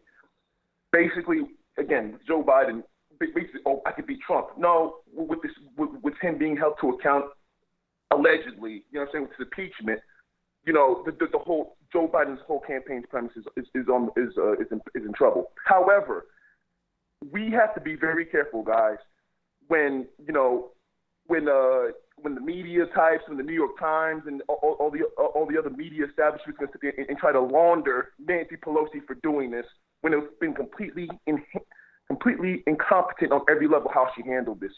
Because I remember you guys talked about how Joe Biden if he got into the White House, he would launder the Republicans, whatever. We got to make sure that these guys don't get laundered. You know, Nancy Pelosi, she was a hero. How great she be. Yeah, no, I mean, the first thing I tweeted the other night was something to the effect of like, we're going to see a bunch of these pieces saying that Pelosi lured him into being so confident that he tried to blackmail the president of Ukraine to give him campaign dirt. I mean, that's going to happen, but I think, you know, people are pretty clear on what the story is. I would read that and share widely that Ryan Grimm piece, because it makes it quite clear that that this was a huge gift to not only to the country but also to Nancy Pelosi, insofar as like a very explicit, easy, compact, concise, and discreet example of his dealings. It would be funny though to see the strategy whiteboard. Like it's just like, all right, do we say that Ilhan Omar should be deported ourselves, or do we impeach Trump? Right, exactly. Let's game plan this. I mean, honestly. All right, guys, take care. All right, bye-bye. Oh, I don't know what happened there. I hung up on him. You wanted to hang on for the joke. Yeah, but I hung up. That's it's the really problem. barely a joke. So here is Rudy Giuliani.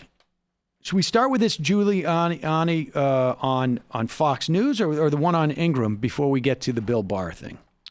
Probably the Ingram one. Okay. So here's Rudy Giuliani. Now, look, there's a lot of cross currents here that I don't think we fully understand yet. Senate Republicans are not exactly closing ranks around Donald Trump at this point. They voted 100-1, well, 50, the majority, of course, are Republicans, to have the whistleblower report come out. They can't control it, but it's a resolution. But I think it's quite possible that they're like, okay, this is going to happen.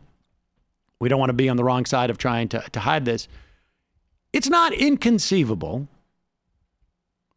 I would say there's probably like a 1.5% chance or 2% chance that the Republicans decide like, oh, this is just too toxic. We've got to now's the time to throw Trump over. We could do this now. We get Pence in there, and then, everything changes. I would say there's a 1 to 2% chance of that happening. No. Because there's no 100% with anything, as Rudy Giuliani has taught us. But more than likely, they're waiting just to figure out what we're supposed to say and to hear from their base, which they will within a day or two after Mark Levin and Rush Limbaugh and tell them what to do. They will hear from them, and they will stand by their president. But there's also some exposure for people like Mike Pompeo in the State Department. There's also some exposure from Mick Mulvaney, because they have been named in all of this. And so Rudy Giuliani, it seems, is basically trying to argue that he was just a play. He had nothing to do with this except for the fact that the State Department wanted him to contact or to receive a contact from Ukraine, which, if that doesn't make any sense to you, it shouldn't. Here is Giuliani explaining this all to Laura Ingram, and it's a SO, if you will. Himself into the process, insiders saying, you muck this up. Your response? Man, I really did. And you know who I did it at the request of? The State Department. I never talked to a Ukrainian official until the State Department called me and asked me to do it. And then I reported every conversation back to them. And pause it for a second. I mean, doesn't it beg the question, why is a guy who thinks it's so funny that the State Department would ask him to take a call from Ukraine, why does he get asked by the State Department to take a call from Ukraine?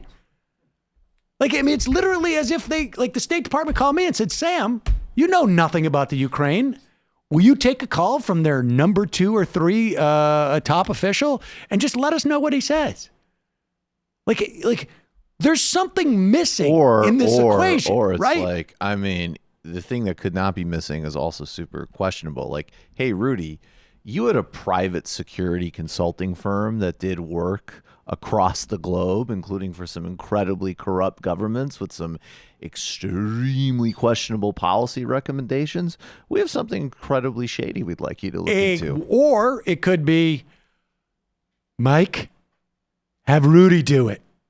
But I'm not going to tell him to do it. You tell him to do it. Here we are. Conversation back to them, and Laura, I'm a pretty good lawyer, just a country lawyer, but it's all here, right here. The first call from the State Department, the debriefing of the State Department. So why are they out to get you? This story is filled with unnamed sources again. I will compliment myself because I do a pretty good job for him, and they try to destroy everybody around him. But they're not going to intimidate me. In fact, I'm going to work harder because I don't get intimidated by bullies. I don't get intimidated. I have a chapter in my book about standing up to bullies. Oh, but I never realized the depth of the corruption. My ghostwriter even wrote about it. Joe Biden was intellectually challenged, but a nice guy. I never knew the depth of this corruption. It's massive, it's shocking, and if I played a role in getting that out, I did a service to my country, and I'm proud of it. And everything I did is defensible, and everything I did is legal, and most of what they're doing is to cover up for a crime.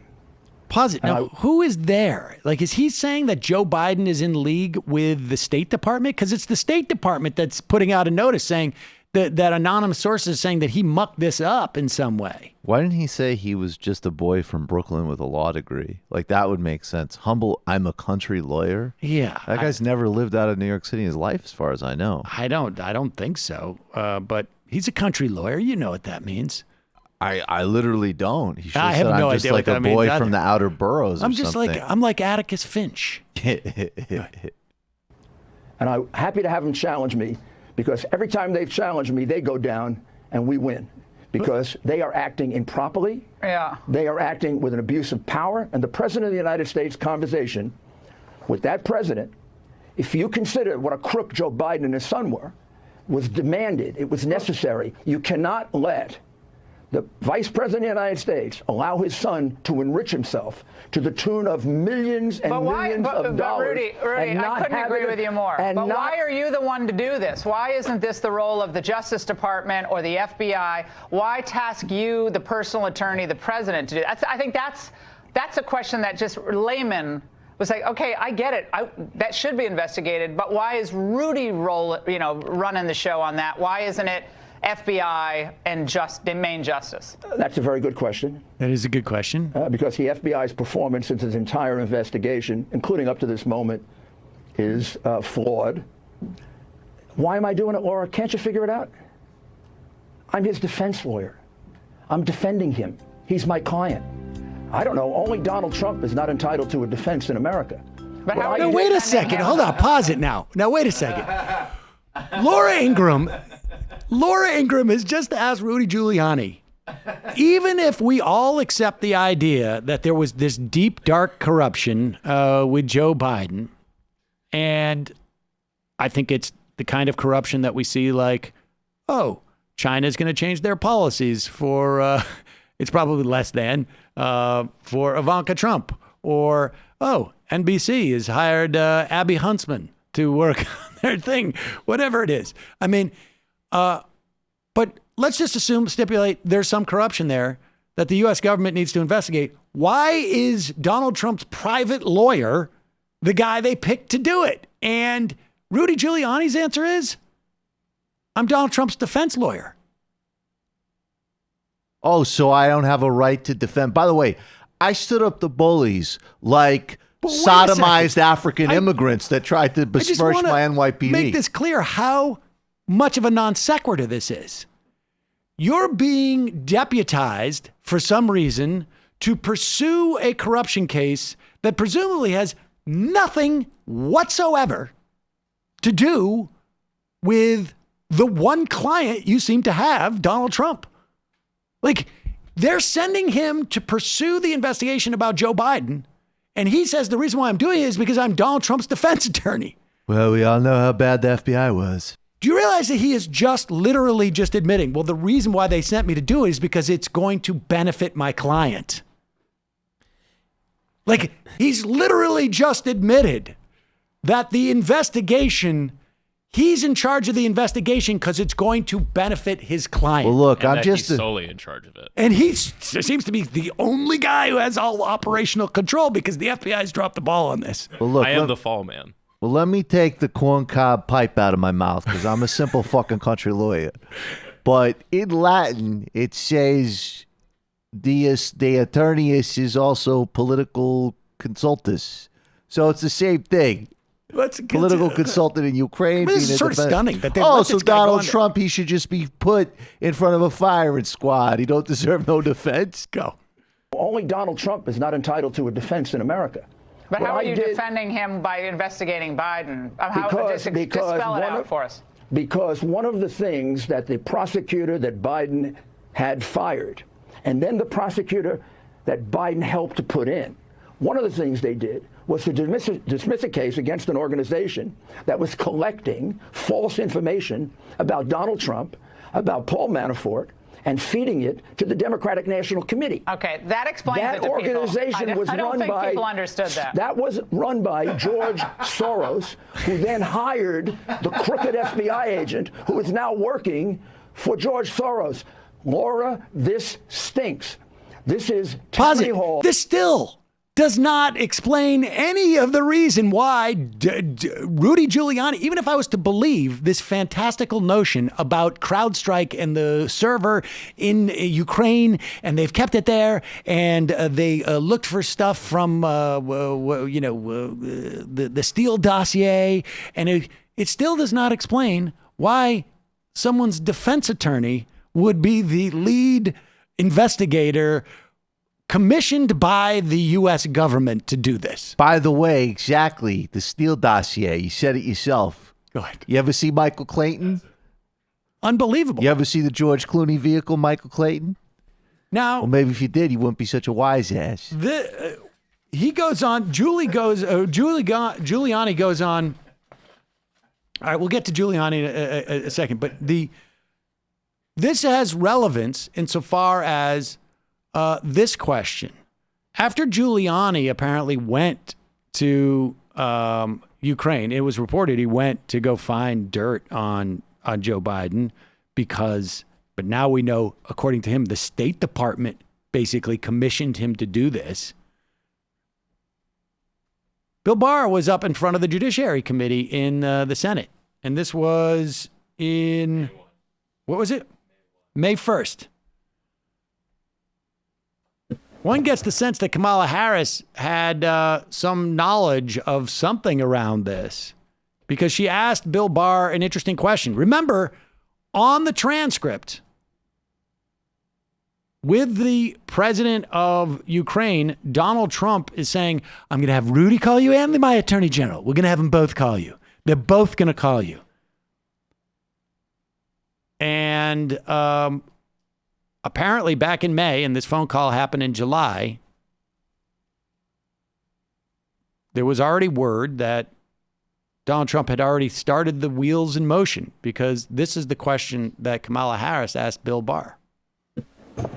Thank you, Mr. Chairman. Attorney General Barr, has the president or anyone at the White House ever asked or suggested that you open an investigation of anyone? I wouldn't. Yes or no?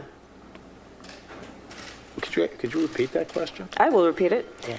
Has the president or anyone at the White House ever asked or suggested that you open an investigation of anyone? Yes or no, please, sir? The president or anybody else? Seems you would remember something like that and be able to tell us. Yeah, but I'm trying to grapple with the word suggest. I mean, there have been discussions of matters out there that they have not asked me to open an investigation, but perhaps they've suggested. I don't know. I wouldn't say suggest. Hinted. I don't know. Inferred. You don't know. Okay. In other words, I want to figure out a way of not answering this question. I don't know what the word ask means. What do you mean ask? What does that mean, ask? Did your father write a bizarre book about sex slave colonies in space, Attorney General Barr? Did Actually, yeah, he did. Give me that paper. Am I asking?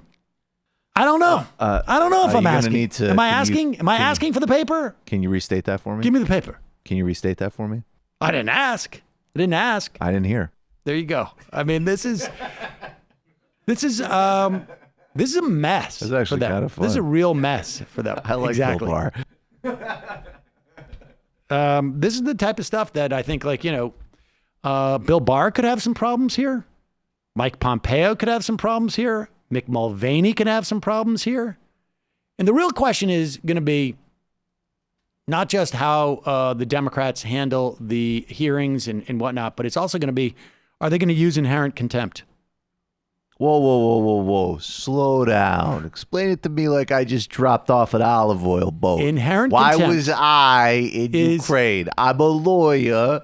That's number one. So tell me, restate in your words why this is a problem. Real simple. Inherent contempt is the power of Congress to levy fines or to arrest and imprison people who are in contempt of Congress. That is literally the only thing that is going to make any difference with these people. Without a doubt. It is so obvious. We're going to need to see, like, in some instances, $10,000, $15,000 fines, maybe more. And they're going to have to trust that Donald Trump is going to reimburse them. That's checks in the mail. It goes without saying. Don't worry. No, of course. You're totally covered. Can't do it now because I'm president. But afterwards, definitely. What I'm going to do is I'm going to take that meeting and then I'm going to write that check right now. First, after the meeting, then I'm going to write that check. Impeachment just devolves into a whole series of Donald Trump delaying reimbursing people. Exactly. All right, let's just do a little bit more of this here. We have 2 more clips to play on this, or 3. And we now know the Republican talking points. They have accidentally been released. And to be fair, they've told everybody to disregard those Republican talking points. But here they are in action. Here is, first off, is Hogan Gidley. He is one of the spokespeoples for Donald Trump. Here is his spin. They're all being sent out to do some version of these talking points about the phone call that has been the supposed transcript that's been released that is probably dubious in and of itself, but is certainly damning even in its current form. But here's Hogan Gidley on Fox News. The president has admitted to certain things and events that took place leading up to that phone call, including the withholding of that $400 million in aid to Ukraine. Why did the president do that leading up to this call? Right. Well, the president ran on this very issue. He won on this very issue, and now he's trying to implement the issues he ran and won on. They voted for the American people voted for this. Listen, did the word Ukraine ever leave his mouth during the campaign? Particularly in the context of too much corruption in Ukraine. Like, the idea that they're selling this to the American public, they've got to come up with a plan like D on this. They're saying it's Biden. That's what they're doing, right? It's not Ukraine. It's like, it's all about, and Biden could not even be running for president, but we'd have to expose this because it's really bad. Right. We can't turn the page on this one. Can't turn the page on this one. Remember how before I said lock her up, I meant I was lock him up. That's what that was about. Lock him up. She felt sufficiently embarrassed, but Joe and his family. Too cocky. All right, let's get to and won on. They voted for the American people voted for this. Listen, every tax dollar that is spent, every dollar the American people send in to this government, the president wants to make sure that's spent properly. We spend hundreds of billions of dollars across the globe, and the president looks at that all the time. What are we getting back for that? We want less foreign involvement. Others should pay for their own way, should up their share. But we want more dirt on anybody the president's going to run on. If we're going to spend American taxpayer dollars This is really tough for them, I think. I mean, they haven't quite found it yet. But that's the first attempt. Here's Rudy Giuliani with the other attempt. There's no quid pro quo. There's no quid pro quo. All we have is Donald Trump saying over and over again, Giuliani and Barr will give you a call about this Biden thing. And because that prosecutor was treated very badly and he was very fair prosecutor. So good luck with everything. Your economy is going to get better and better, I predict. Two very odd thoughts to combine together if they are not in some way contingent with each other. Two presidents, they don't talk about the economy. I mean, I might be from the country swamps of Georgia, but seriously? All right, here is Giuliani making the argument, no quid pro quo.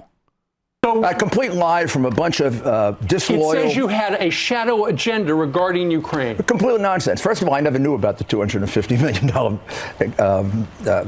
military aid. This whole thing began with an allegation that the president said to the president of the Ukraine, I'm not going to give you a $250 in military aid unless you investigate Joe Biden. When you read the conversation, there's no mention of $250 million. You read it? There's no mention of military aid. There's no quid pro quo. This is the transcript? Quote the president of the Ukraine. The only one who's significant here, if anybody was pressured, the only one who could be pressured is the president of the Ukraine, not Adam Schiff and Jerry Nadler. So can I just back up? The president of the Ukraine says, I wasn't pressured. End of case. I know. Over. Mr. Mayor, can I ask you, did you read the transcript? Let's say it was read to me. It was read to you, the whole thing? I hope. So in it, there's no pressure. In it, Greg Jarrett and Professor Dershowitz and others are quite right when they say if the president hadn't discussed the subjects he discussed with the president of the Ukraine, he'd be a president like Obama, who closed his eyes to corruption. The president of the United States has an obligation to take care that the laws of the United States are faithfully executed under Article 2, Section 3 of the Constitution, something that Democrats don't read anymore. If the president hadn't done that, he'd been derelict in his duty. Now, who else can raise it with the president of the Ukraine? The head of the FBI can't call the head of the Ukraine and talk. He's not going to talk to. When I needed something done with the Italian government, when I was investigating the mafia, Ronald Reagan made the calls to the president of Italy. Right. Not me. He's not going to listen to U.S. Attorney So the Giuliani. president did bring up Joe Biden on the call. Maybe he didn't bring it up.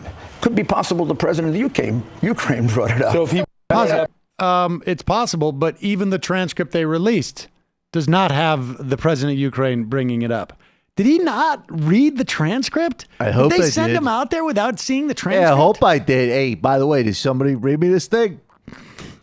Because I'm on Fox and Friends, but Kilmeade occasionally asks a question by accident. It would be dereliction of duty if he didn't bring up the potential for corruption that took place 4 or 5 years earlier. It'd be a big, major missed opportunity. But he's not like that Muley. He talks about corruption. He takes it serious. Oh, too much? I should have said that. Hey, look, I'm from Alabama. Just a country lawyer. I'm just a country lawyer. That's not derogatory where I come from. I'm from the deep country swamps. We don't know your big city ways. He's caveman lawyer. I went to Ukraine. What do I know? I was just helping my friend and client, who you people think doesn't deserve a lawyer.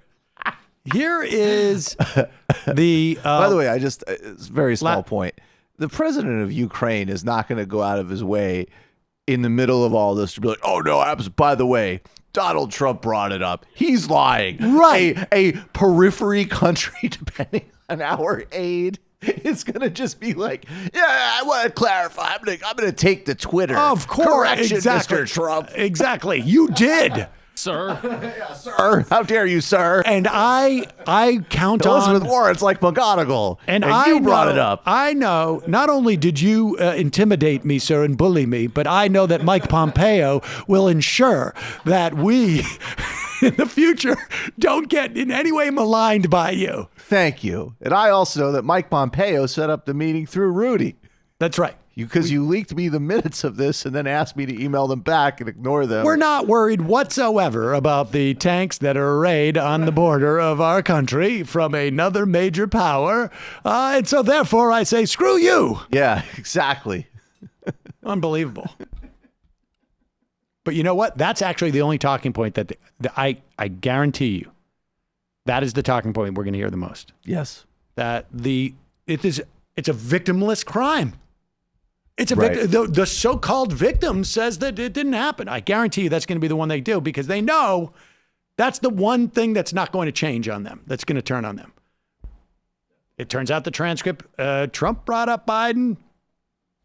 It turns out that, in fact, the American public did not vote for Donald Trump because they were hoping that he would make sure that there was no corruption in Ukraine.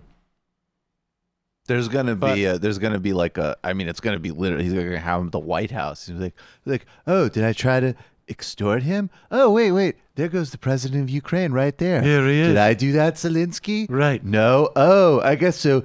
Case closed. Witch hunt. Presidential harassment. How many times do you think Zelensky is going to be invited to the White House and be forced to come over the next 8 months? Every at least once a month. Twice a week he's in there.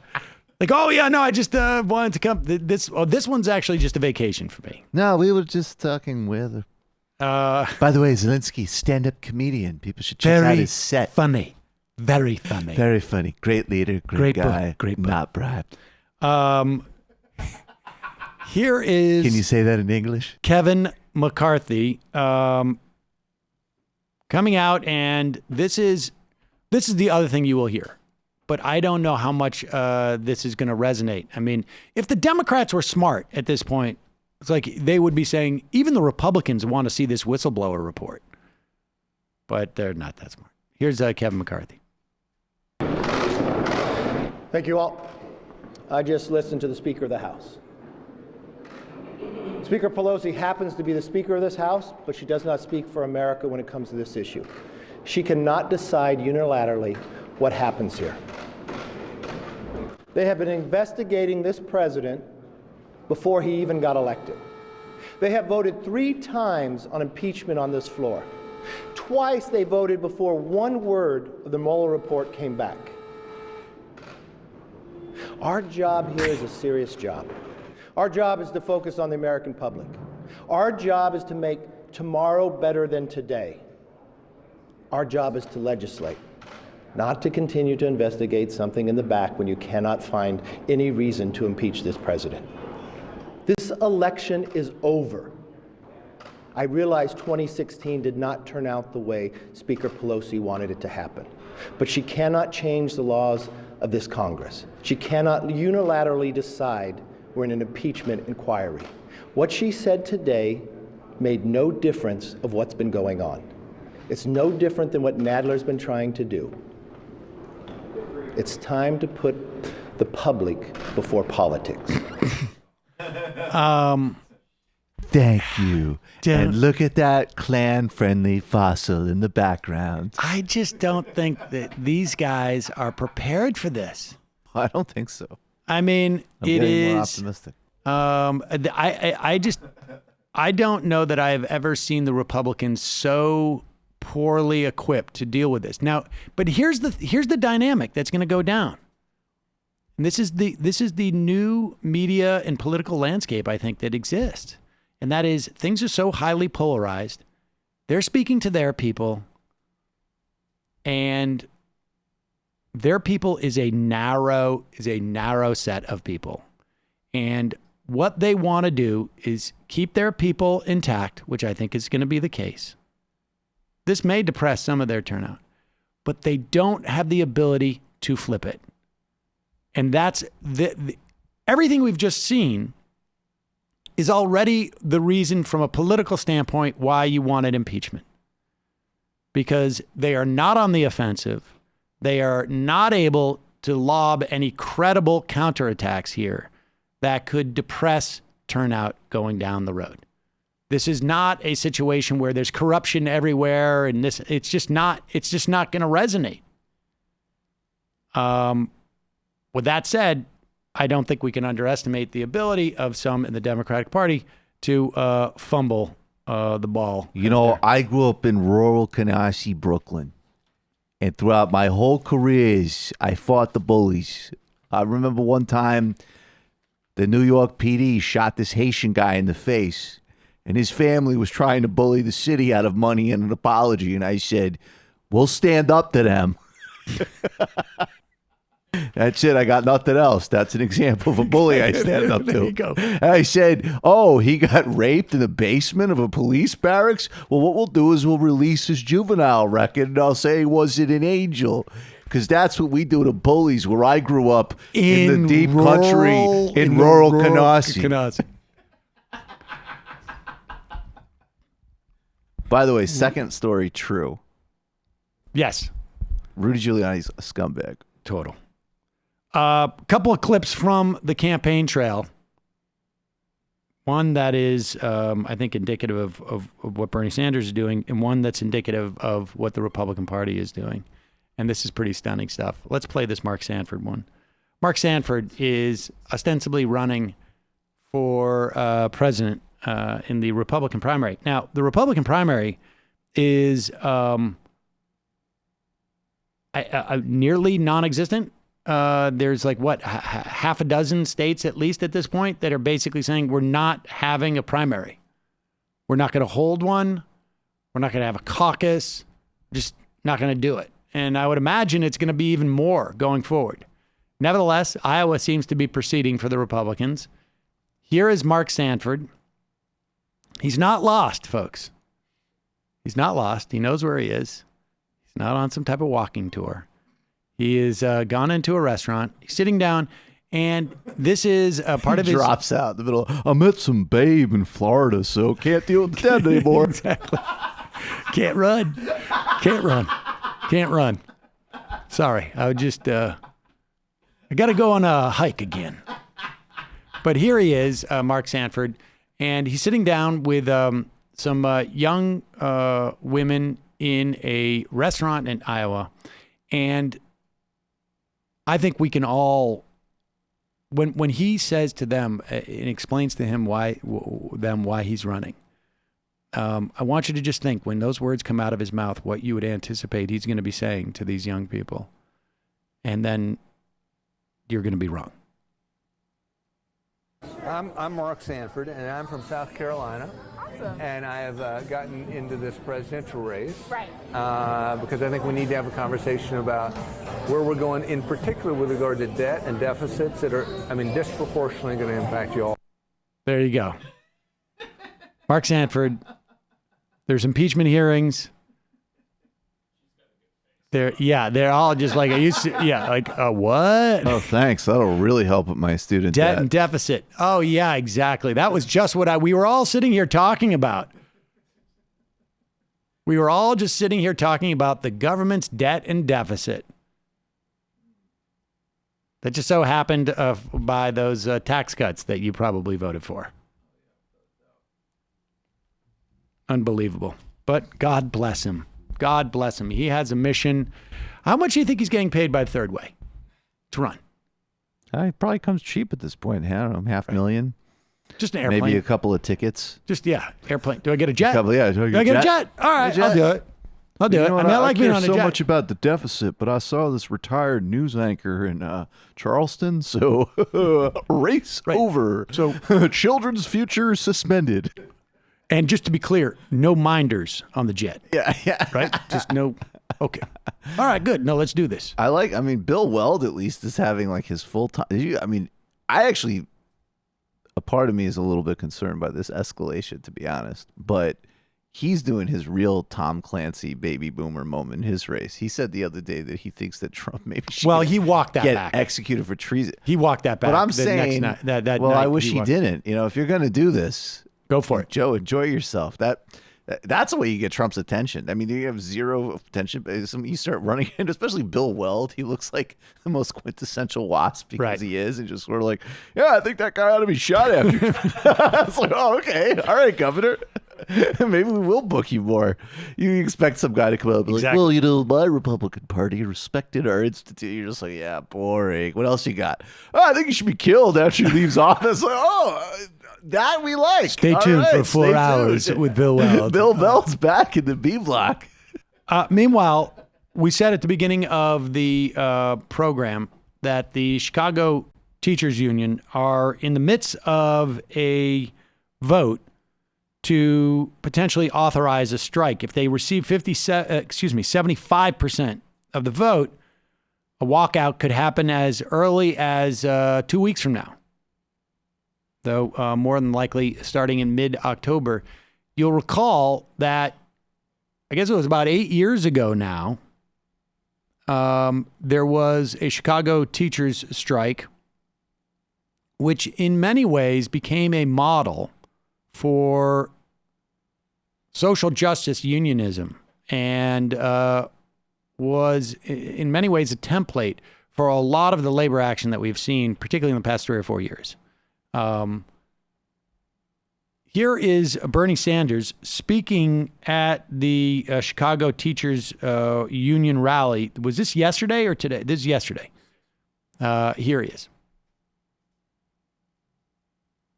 Sit down with the CTU, sit down with the SCRU, and negotiate a good faith contract that is just, that is fair, that treats the teachers and staff in the city with the respect and dignity that they deserve.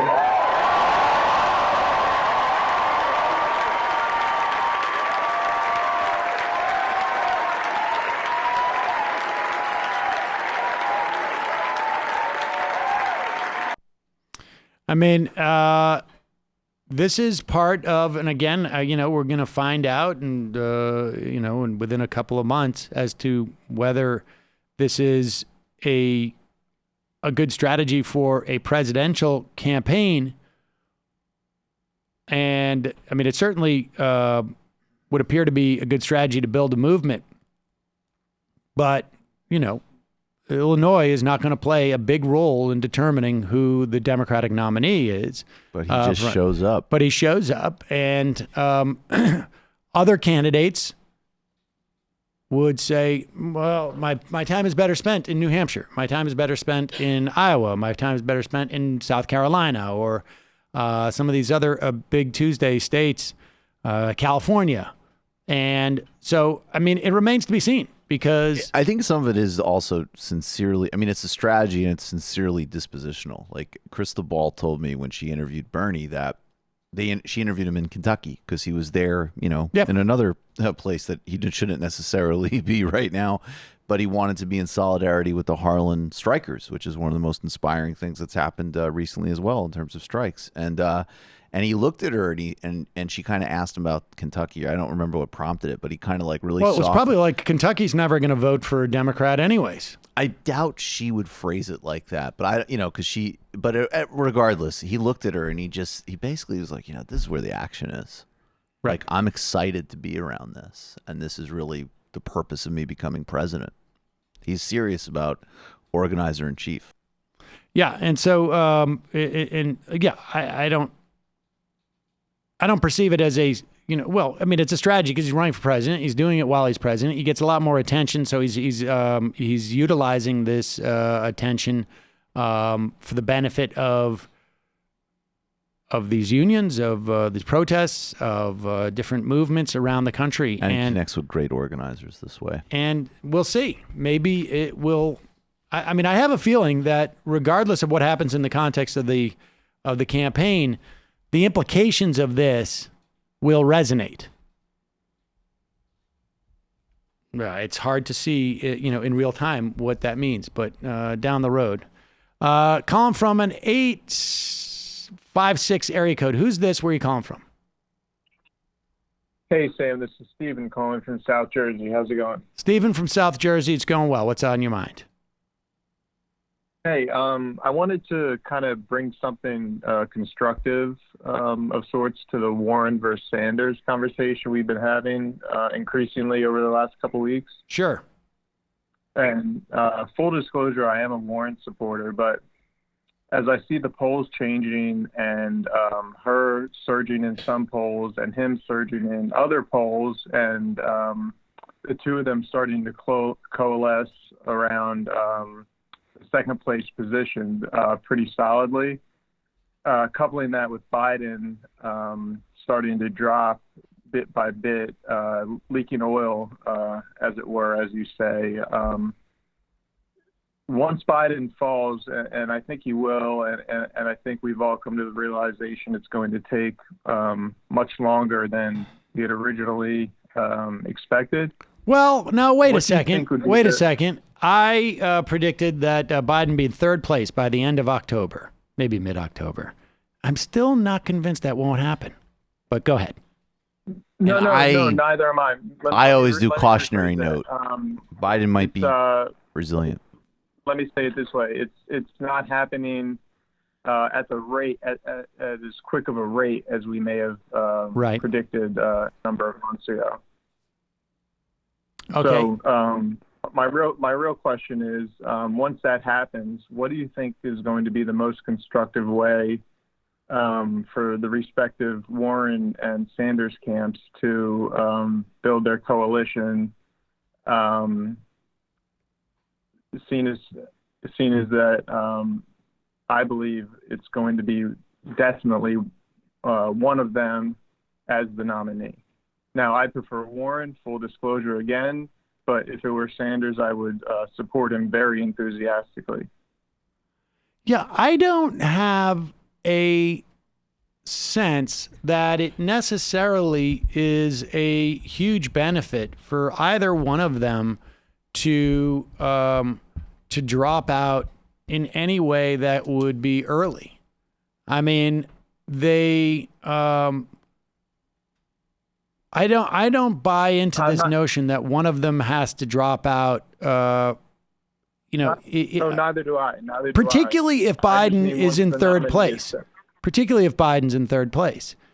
If Biden, was to be maintaining the lead he had, let's say a month or two ago, then maybe it's a different situation. But as Biden, begins to fade, I think on some level the existence of both of them running protect each other.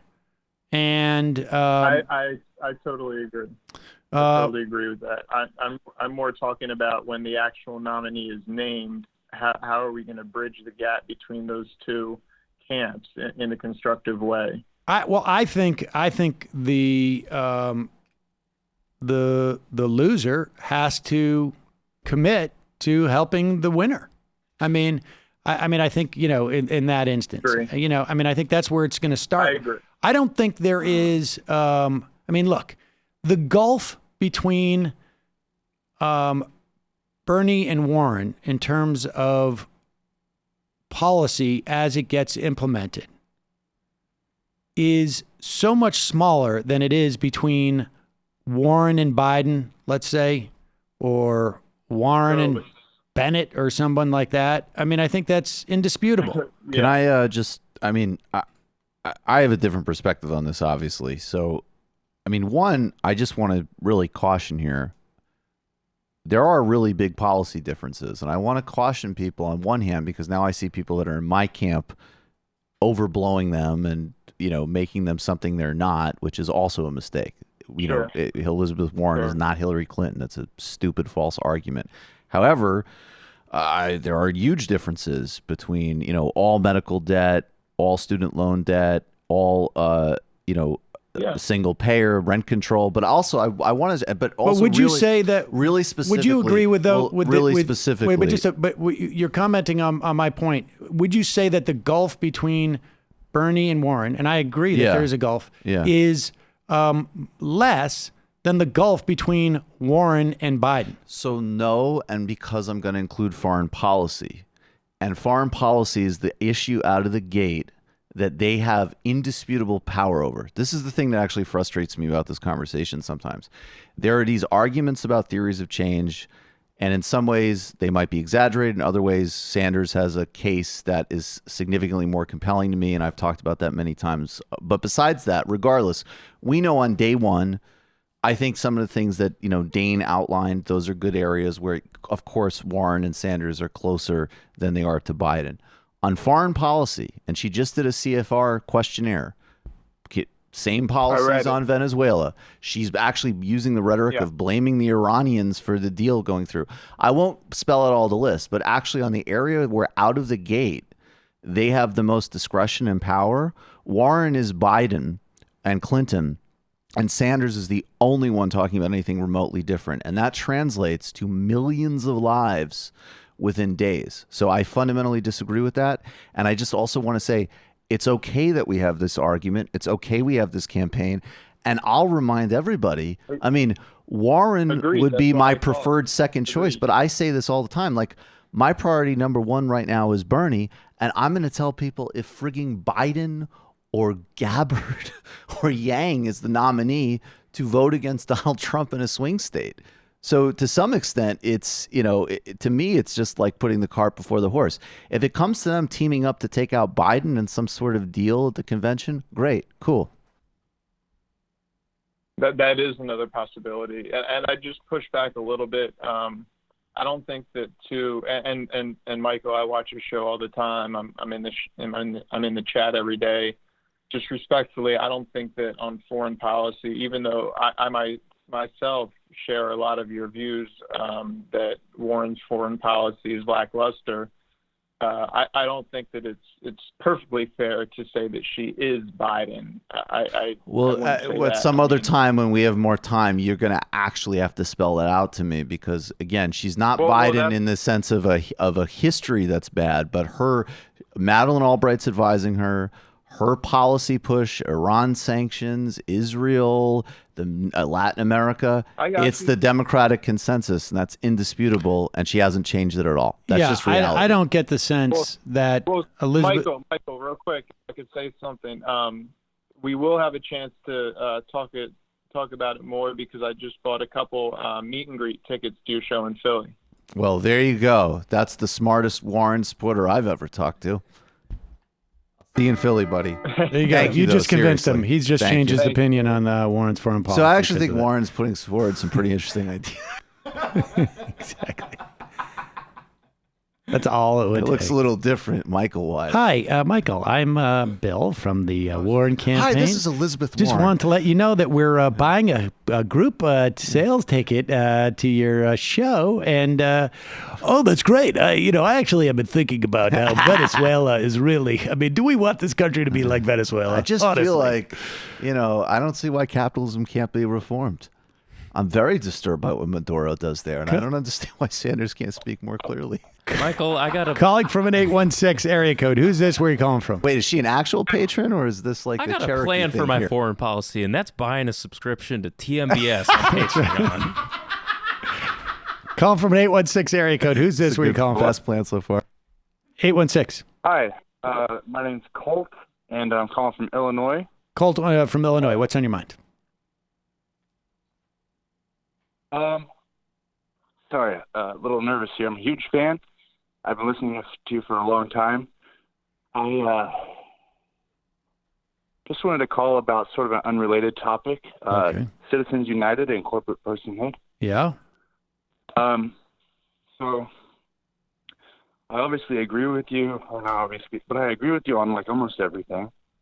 But when I was reading Adam Winkler's book, We the Corporations, had a bit of a change of heart on this, which he said actually when writing it, he had sort of the same change of heart on the corporate personhood based on mainly the premise that there have been several important liberal or progressive expansions of corporate personhood over time. Of course, there's too much money in politics, and the fact that the railroads and corporations used the 14th Amendment more than, black people to expand their rights is atrocious. Right. Whatever. But if I could just lay out a couple of examples. Yeah, please. And wrap it up with a pointed question. Well, he points to the NAACP expanding the right of assembly to corporations, and for case versus Alabama, when they were being basically harassed by officials, and their process was being impeded, and that was an expansion of the right of assembly to corporations. And another important one is obviously the freedom of the press. I'll just point to maybe a real current, I think, remember Apple and the San Bernardino. I'm not sure what's going on with your phone, man, but you gotta just talk directly. Yeah. Okay, sorry. That's better. I'll stop pacing. Yeah. In terms of the San Bernardino shooter, when the government tried to force Apple to write a code to basically break the password or whatever, and they invoked their First Amendment right to not be compelled to compelled speech. You know, as a corporation, they have that First Amendment right, and isn't that an important right? And aren't there good reasons to not say blanket corporations don't have any constitutional rights? Well, I'm not convinced that I couldn't pass a statute that would achieve those same things that the court relied on. I mean, I imagine on some level, there's no doubt that there's some benefits to the expansion of giving corporations all of those the advantages that a person has. I just think the net is not as. I think the net is negative. I mean, that's basically what it comes down to. I mean, I think that I could probably write a statute that law enforcement could not compel a company to write something to crack, their own product or something in that instance, or that. I'm not convinced that you couldn't find a different freedom of association that was not inherent in them being corporations. I mean, I don't know that case, but I mean, I understand the argument. There's no doubt that there are legal principles that can be turned on their head and made to bring about results that we like. But I think in the end, the First Amendment is ultimately a way that corporations are attacking the regulatory state, which protects, consumers and citizens, also about, all sorts of different protections for the environment. Did you say Haley Sweetland Edwards? Yeah. I mean, we had her on. You can go back and listen to that, actually, that interview. I can't remember when it was, but if you Google Haley Sweetland Edwards, on a Majority Report, I think one of the last times we had her on was, and this may have been 4 or 5 years ago, actually, about how the First Amendment is being used by corporations in this way. So, I understand the argument. I just think the net is probably not there, and that there wouldn't be other ways to sort of skin that cat, as it were. Forgive that saying. Appreciate the call. You did a good job once you stopped pacing around. All right, we'll get time for one or two more. Calling from a 760 area code. Who's this? Where are you calling from? Hey, Sam. This is Amy from San Diego. Amy from San Diego. What's on your mind, Amy? Bob's Burgers, the new season's coming out soon, and I was just wondering if there's any updates on your end. No. I haven't heard anything. I haven't heard anything. Nope. I've heard nothing. I'm Somebody sorry. tweeted at the executive producer, where's Hugo in the movie? And he favorited it, and I've been hanging my hat on that. And that's basically it. But no, I haven't heard a thing. So feel free to get on Twitter, harass Larry Murphy. Harass Larry Murphy as much as you can about this. He sort of tries to play it off. But he plays... I don't know, whatever. He plays a bunch of characters. Yeah, Teddy. Oh, I had another question for you. Okay. For the Herald voices, yeah. Do they write your insults to Bob, or do you come up with those? Because I think those are so funny. Sometimes we do. When Benjamin and I do stuff together, sometimes we roll a little bit, and it's very easy for me to find insults for him. Just because I know him as a real person, and there's a lot of problems there. All right, appreciate the call. All right. Thanks, Sam. He's an easy target. All right. Final call of the day. I'm sorry, folks. Calling from a 305 area code. Who's this? Where are you calling from?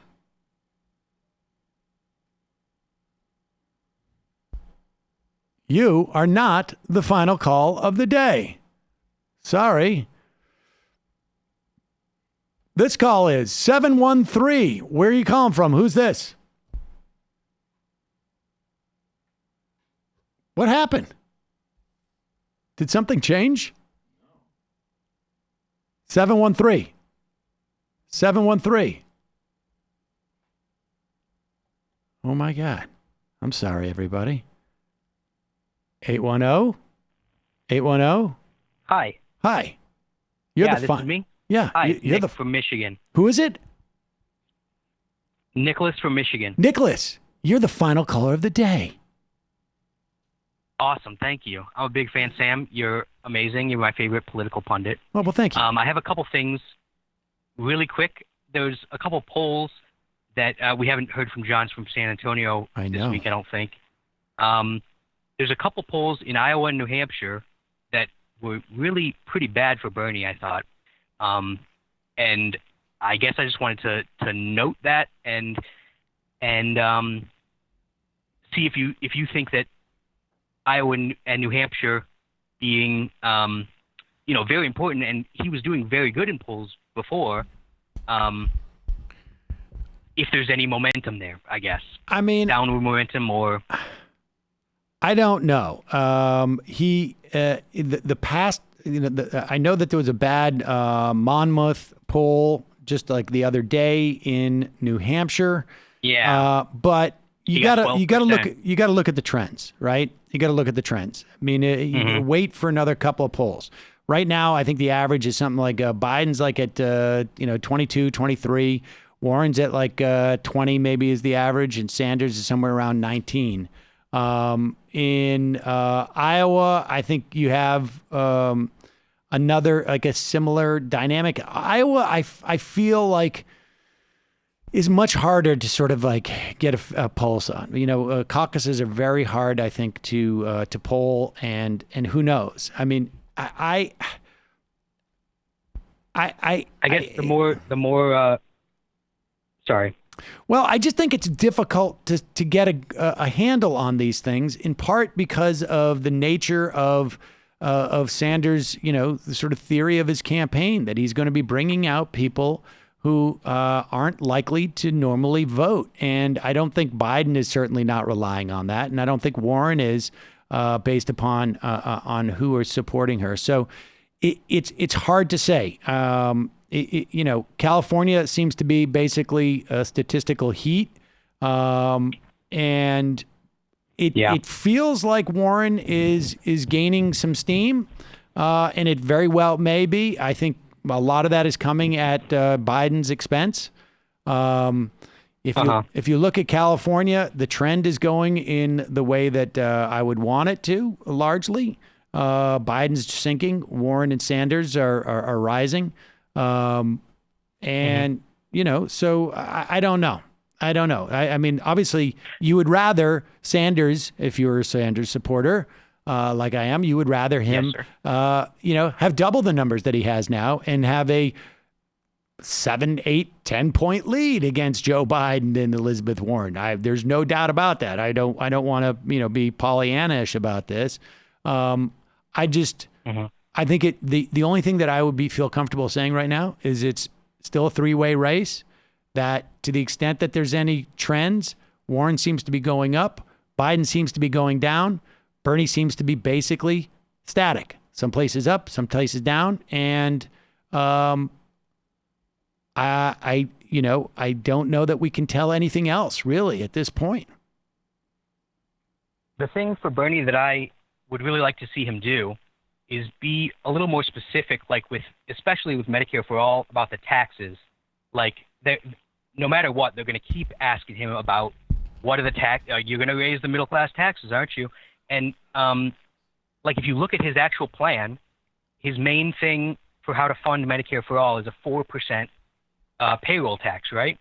And there's this website, BernieTax.com, where you could see, you could type in your numbers and see how much your taxes or how much you're going to save on healthcare. And it's a lot. like thousands of dollars. If you make under $100,000 a year, you're going to save lots of money. I agree with this. On your health insurance. I agree with this. I think they should get out there and say, I feel like they need to. You're going to get taxed, whatever, $400 a year more, and you're going to save $5,000 a year. So you're going to get. And like be specific with the number. That's what I'm saying. There's got to be a way that they can come up with a number like that. And of course, they'll take a lot of grief and this and that. But I would be surprised if you don't see that at the next debate. But we will see. Yeah, that would be good. Appreciate the call. You, sir, were the final caller of the day. Folks, tomorrow, Joseph McGuire, he is the acting DNI. He will be in front of the House Intelligence Committee. Michael will be talking about that tomorrow. I may hop on YouTube at one point during the day as I'm watching it and before or after the show, and to the extent that I can, and will maybe comment on it because I will be endeavoring to watch that. In the meantime, bye-bye. To get to where I want, but I know somehow I'm gonna get there. I wasn't looking when I just got caught between the truth and the lie bar. But finding out won't make me feel any better.